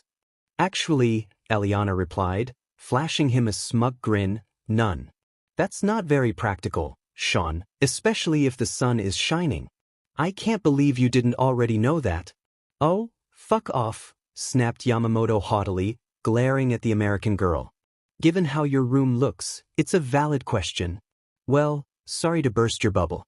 And by sorry, I mean I'm not sorry at all, said Elliana coyly. Now if y'all excuse me, I don't think this is your locker room. She giggled at the annoyed look the blonde sent her way, before slipping into the locker room to join the other girls. All too soon, most of the students had changed into their costumes and were congregating at training ground Beta, waiting for those who weren't ready yet. Yamamoto emerged, wearing a mostly gold jumpsuit with black sleeves and gold armor plating, adorned with 4 pointed stars, the 2 biggest ones being on his shoulders. He wore a gold helmet on his head, with a lighter gold winged visor which allowed his absurdly long hair to cascade down his back, while keeping it off his face. Yamamoto? 𝗏𝐻𝐻 asked, astonishment clear on her face. Wow, you look amazing. Thanks, 𝗏𝐻𝐻, he replied, nodding at her compliment. You look really good yourself. She wore a purple scaly jumpsuit with a matching purple mask over her eyes, black gloves and boots, and tan gauntlets on her wrists. Thank you, she said happily. I was worried it was a little plain, but I'm sure it'll work. Gee. The duo heard a squealing American accent, Yamamoto's eye roll being hidden by his helmet. You both look so good. Oh no, she's here, Yamamoto muttered, turning to the excited idol. She wore a long-sleeved lilac jumpsuit, which Yamamoto recognized as being made of the same material as her gymnastics leotard, with white gloves on her hands, knee-high white high-heeled boots reminiscent of 1960s go-go boots, a pair of simple white noise-canceling headphones currently strung around her neck, and around her waist was a white belt with what appeared to be a first aid kit attached to it. While Elliana's costume may not have shown a lot of skin, which was clearly something that some of the boys had been hoping for, given the girl's well-known yet controversial liking for crop tops, her jumpsuit was skin-tight and showed her body off perfectly, which definitely seemed to be enough for another certain blonde named 𝗵𝗏𝗄𝐵, whose eyes practically popped out of his head when he saw her approaching. He wasn't the only one, however. The majority of the boys in the class had reverted to either a staring or drooling mess whose eyes seemed to follow the pretty idol as she moved. Out of all of the boys, Elliana had noticed 𝗵𝗏𝗄𝐵 in particular staring at her. She inwardly grimaced, as she had found him to be a tad creepy. After a short amount of time, the last one to come out was Kira. While compared to some people in the class, mainly Yamamoto and Elliana, his costume didn't stand out too much. It definitely was one of the more detailed costumes of their class. His costume consisted of a black jumpsuit with dark purple armor, blue and black accents all over it that gave off a very demonic vibe to its aesthetic, especially with the demonic face-shaped chest piece, and finished off with a black cape that went down to his ankles. Yamamoto raised his eyebrows at Kira's costume. It's not a phase, Mum, he whispered to Elliana, who shot him a glance out of the corner of her eye. Plays into that stereotype perfectly, if you ask me. Elliana simply shrugged. She personally didn't think his costume looked too bad. I didn't ask. I'm not gonna stand here and judge everyone, Sean, she replied nonchalantly. She paused for a few beats, seemingly considering something. Not out loud, anyway. You're such a bitch sometimes, Yamamoto laughed, shaking his head. He'd spoken in Japanese for the benefit of 𝗏𝐻𝐻, who just rejoined their conversation. You always have been, right from elementary school, 𝗏𝐻𝐻 agreed with a smile. She and Elliana attended the same elementary school, but unfortunately parted ways when they went to middle school. Oh, thanks Setsuna, Elliana laughed. That's supposed to be a compliment? Oh, like you'd fucking know what a compliment was, you spoiled bitch?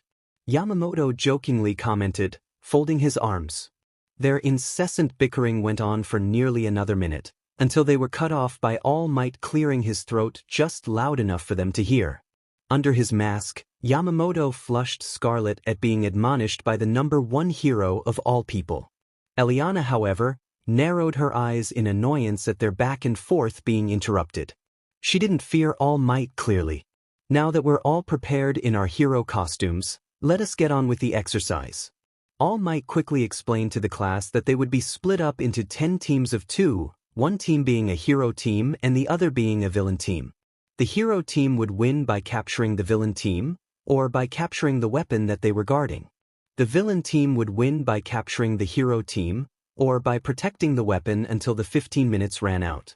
Just as everyone was about to go and partner up with the best friend in the class, All Might told them that the teams would be picked at random by taking out balls from a box with a letter from A to J on them. Whatever letter you got would be the one you were teamed up with. Some of the boys looked irritated at this, as they were hoping to pair up with Elliana. Everyone quickly lined up to see what letter they would get. Kira decided to put himself in the middle, not wanting to stand out too much by being either first or last. When it got to his turn, he found himself pulling the letter F. He wondered who he would be teamed up with on this exercise, as he knew it wasn't Monoma, as he had gone before him and pulled the letter A, and heard him cursing that it wasn't his goddess's letter. Kira really didn't like his obsession with Elliana, and wondered briefly just how much crap like this she had to deal with on a daily basis. Speaking of the American, Elliana had gotten the letter I, and her team-up had caused the class to feel a bit annoyed, with some saying it was fixed and others chalking it up to pure luck. She was paired up with Yamamoto. Elliana was over the moon at this outcome.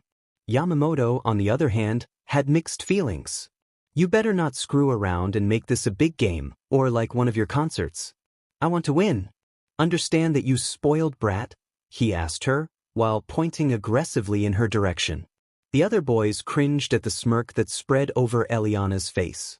To outsiders, it seemed like any other smile, but anyone who knew could clearly see the venom behind it, her golden eyes blazing.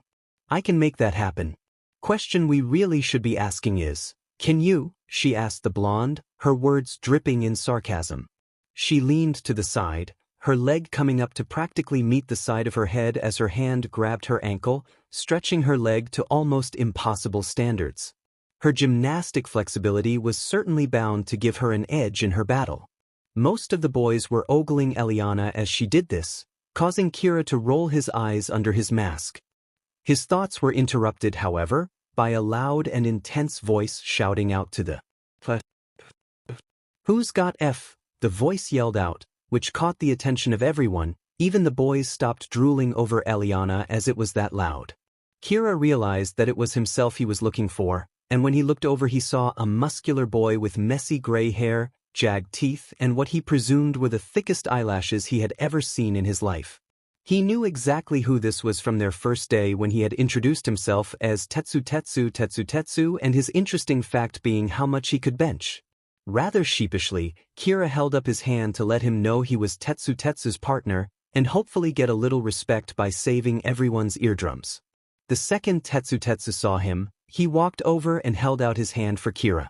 "All right, put him their partner." Kira would hesitate for a second, but returned the handshake anyway, which he regretted a second later as 𝗧𝗧𝗧 had a grip like a vice. It was clear the other boy practically lived in the gym, and his strength reflected that perfectly.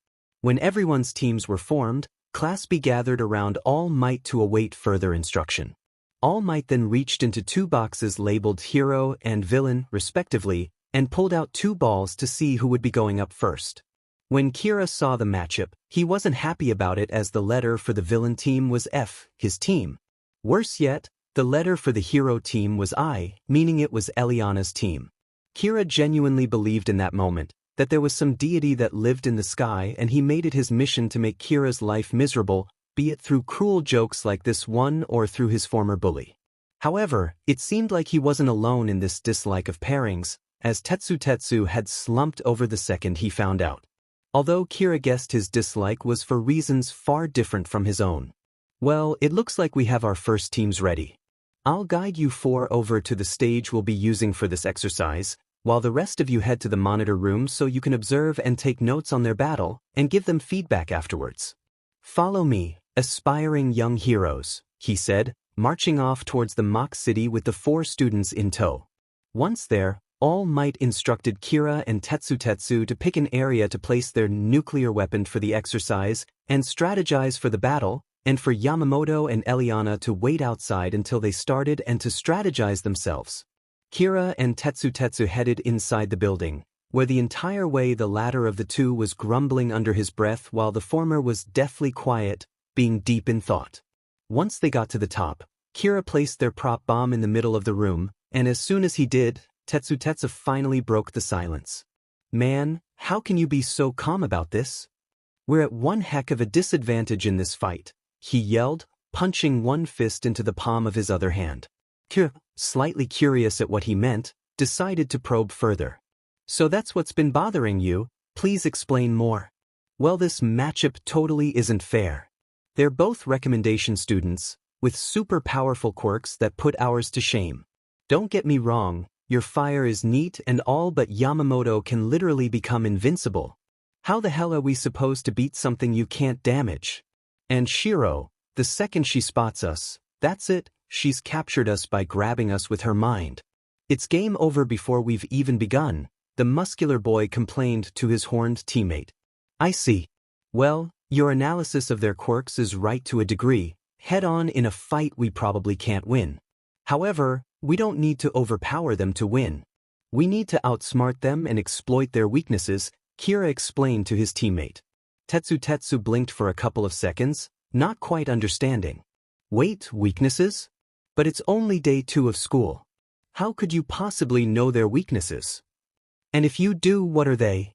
Kira held up his hand to explain. "We'll start with Shiro. It's like you said, if she sees us, she's got us. If that's the case, we'll blindside her and take her on in close combat. That way, she won't be able to focus on grabbing us with her quirk. If she needs time to think to use her quirk, then we won't let her have it. Plus, she can't grab my fire as it's not tangible, so I'm a better match for her." 𝗧𝗧𝗧𝗧 nodded in astonishment at the explanation. "Oh wow. That's amazing. You're really smart, Takahashi. Now what about Yamamoto? Him, it's even more simple. Time is our ally against him. His quirk only lasts for 10 seconds, Kira told his brawny teammate. "Wait, 10 seconds? How could you possibly know that?"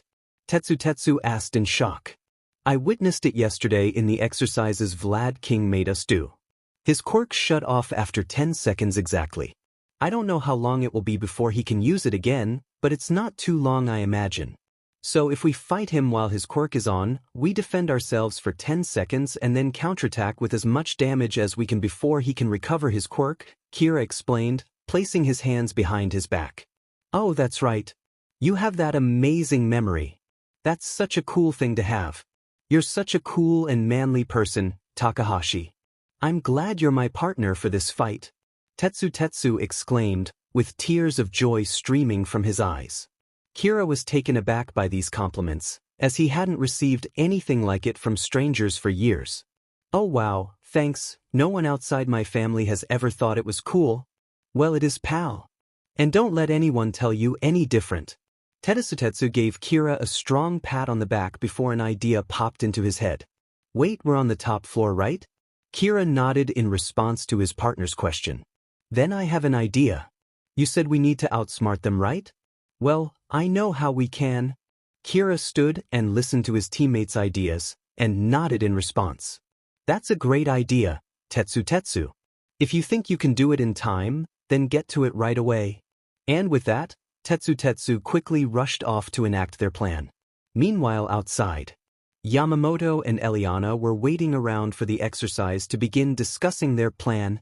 "Well, I've pretty much got this floor plan memorized," said Yamamoto, closely scrutinizing his copy of said floor plan while Elliana stretched her legs.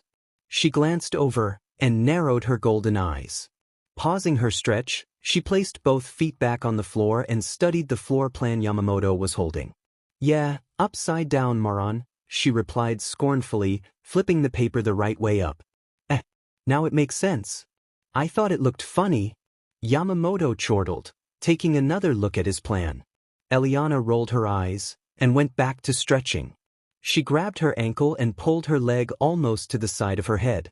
"Do me a favor, oversplit me please," she said to her teammate, who grabbed her ankle for her and yanked her leg down so she was leaning sideways. "Still don't get how this doesn't hurt you," he muttered, shaking his head slightly. "Years of training. Speaking of, ain't you gonna stretch?" You ain't worried about a pulled muscle or something? Elliana inquired, glancing up at the blonde. I'm not the flexible type. I'm the smashy brawling type, you know, Yamamoto replied with a couple of practice punches to the air. Elliana hummed in response as Yamamoto let go of her leg.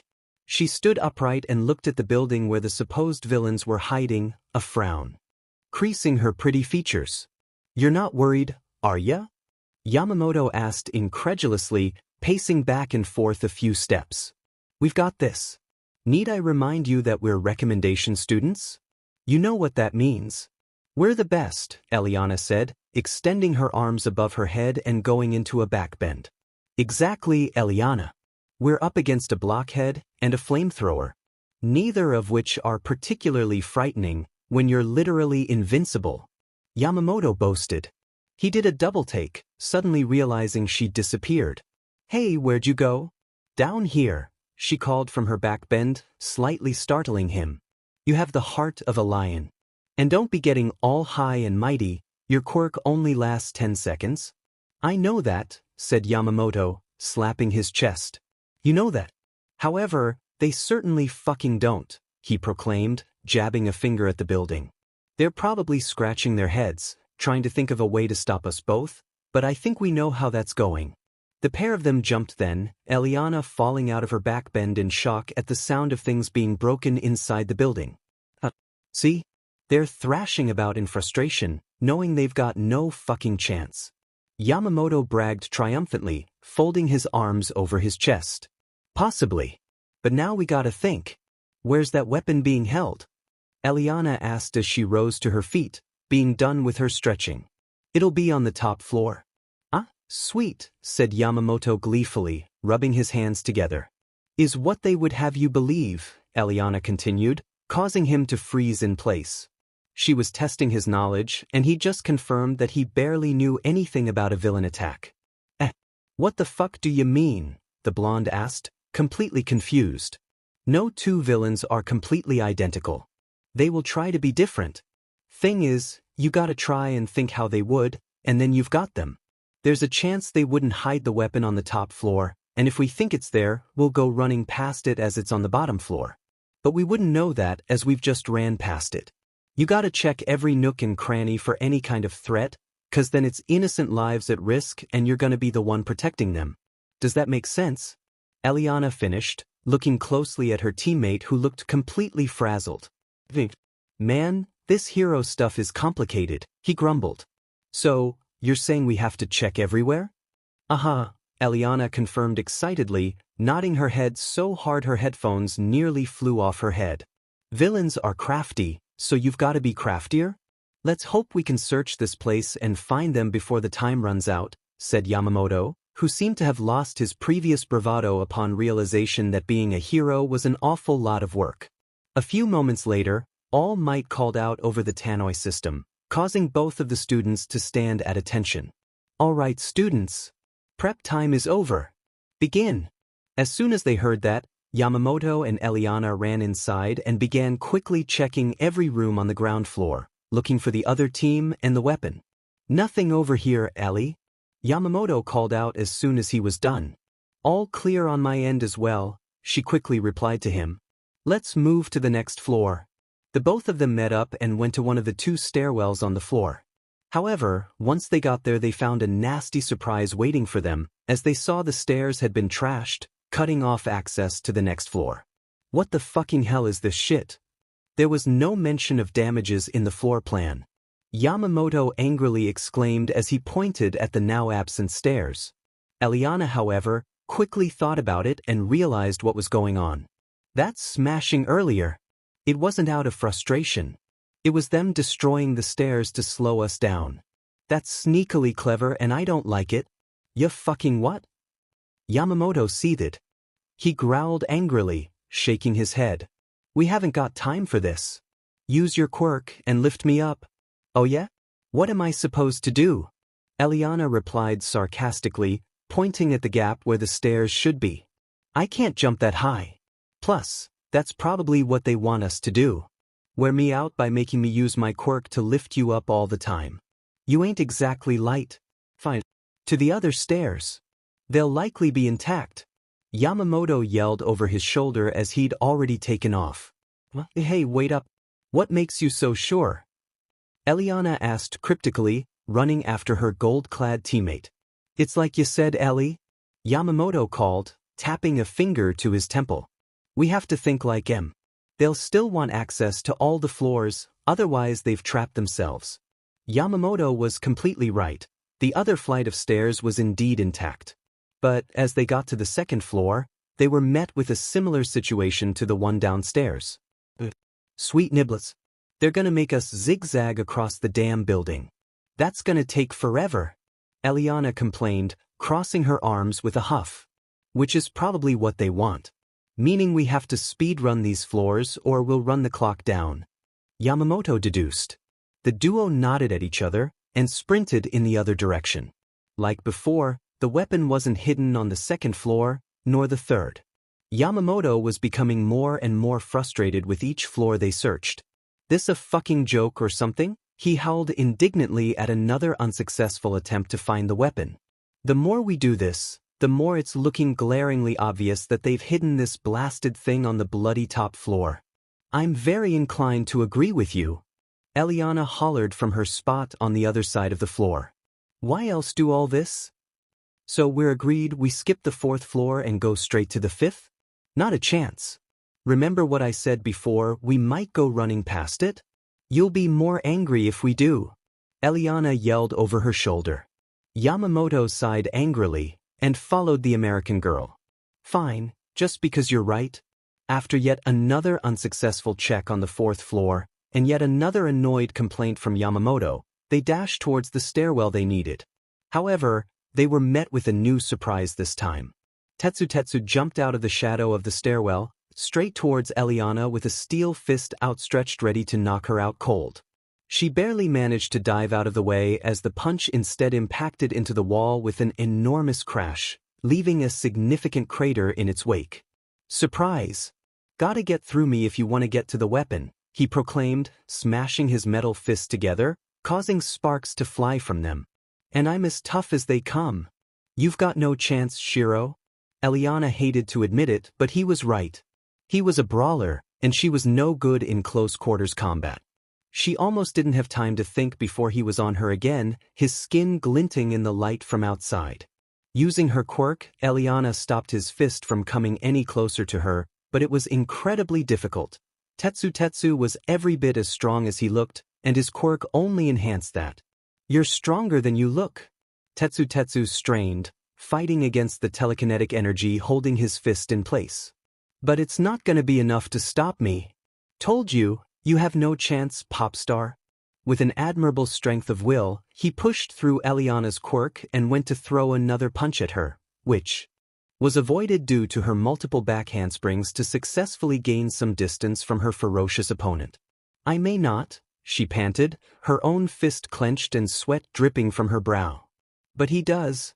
Much like her seconds earlier, 𝗧𝗧𝗧 barely had time to think before Yamamoto, glowing a brilliant gold, shoulder barged him away from Elliana.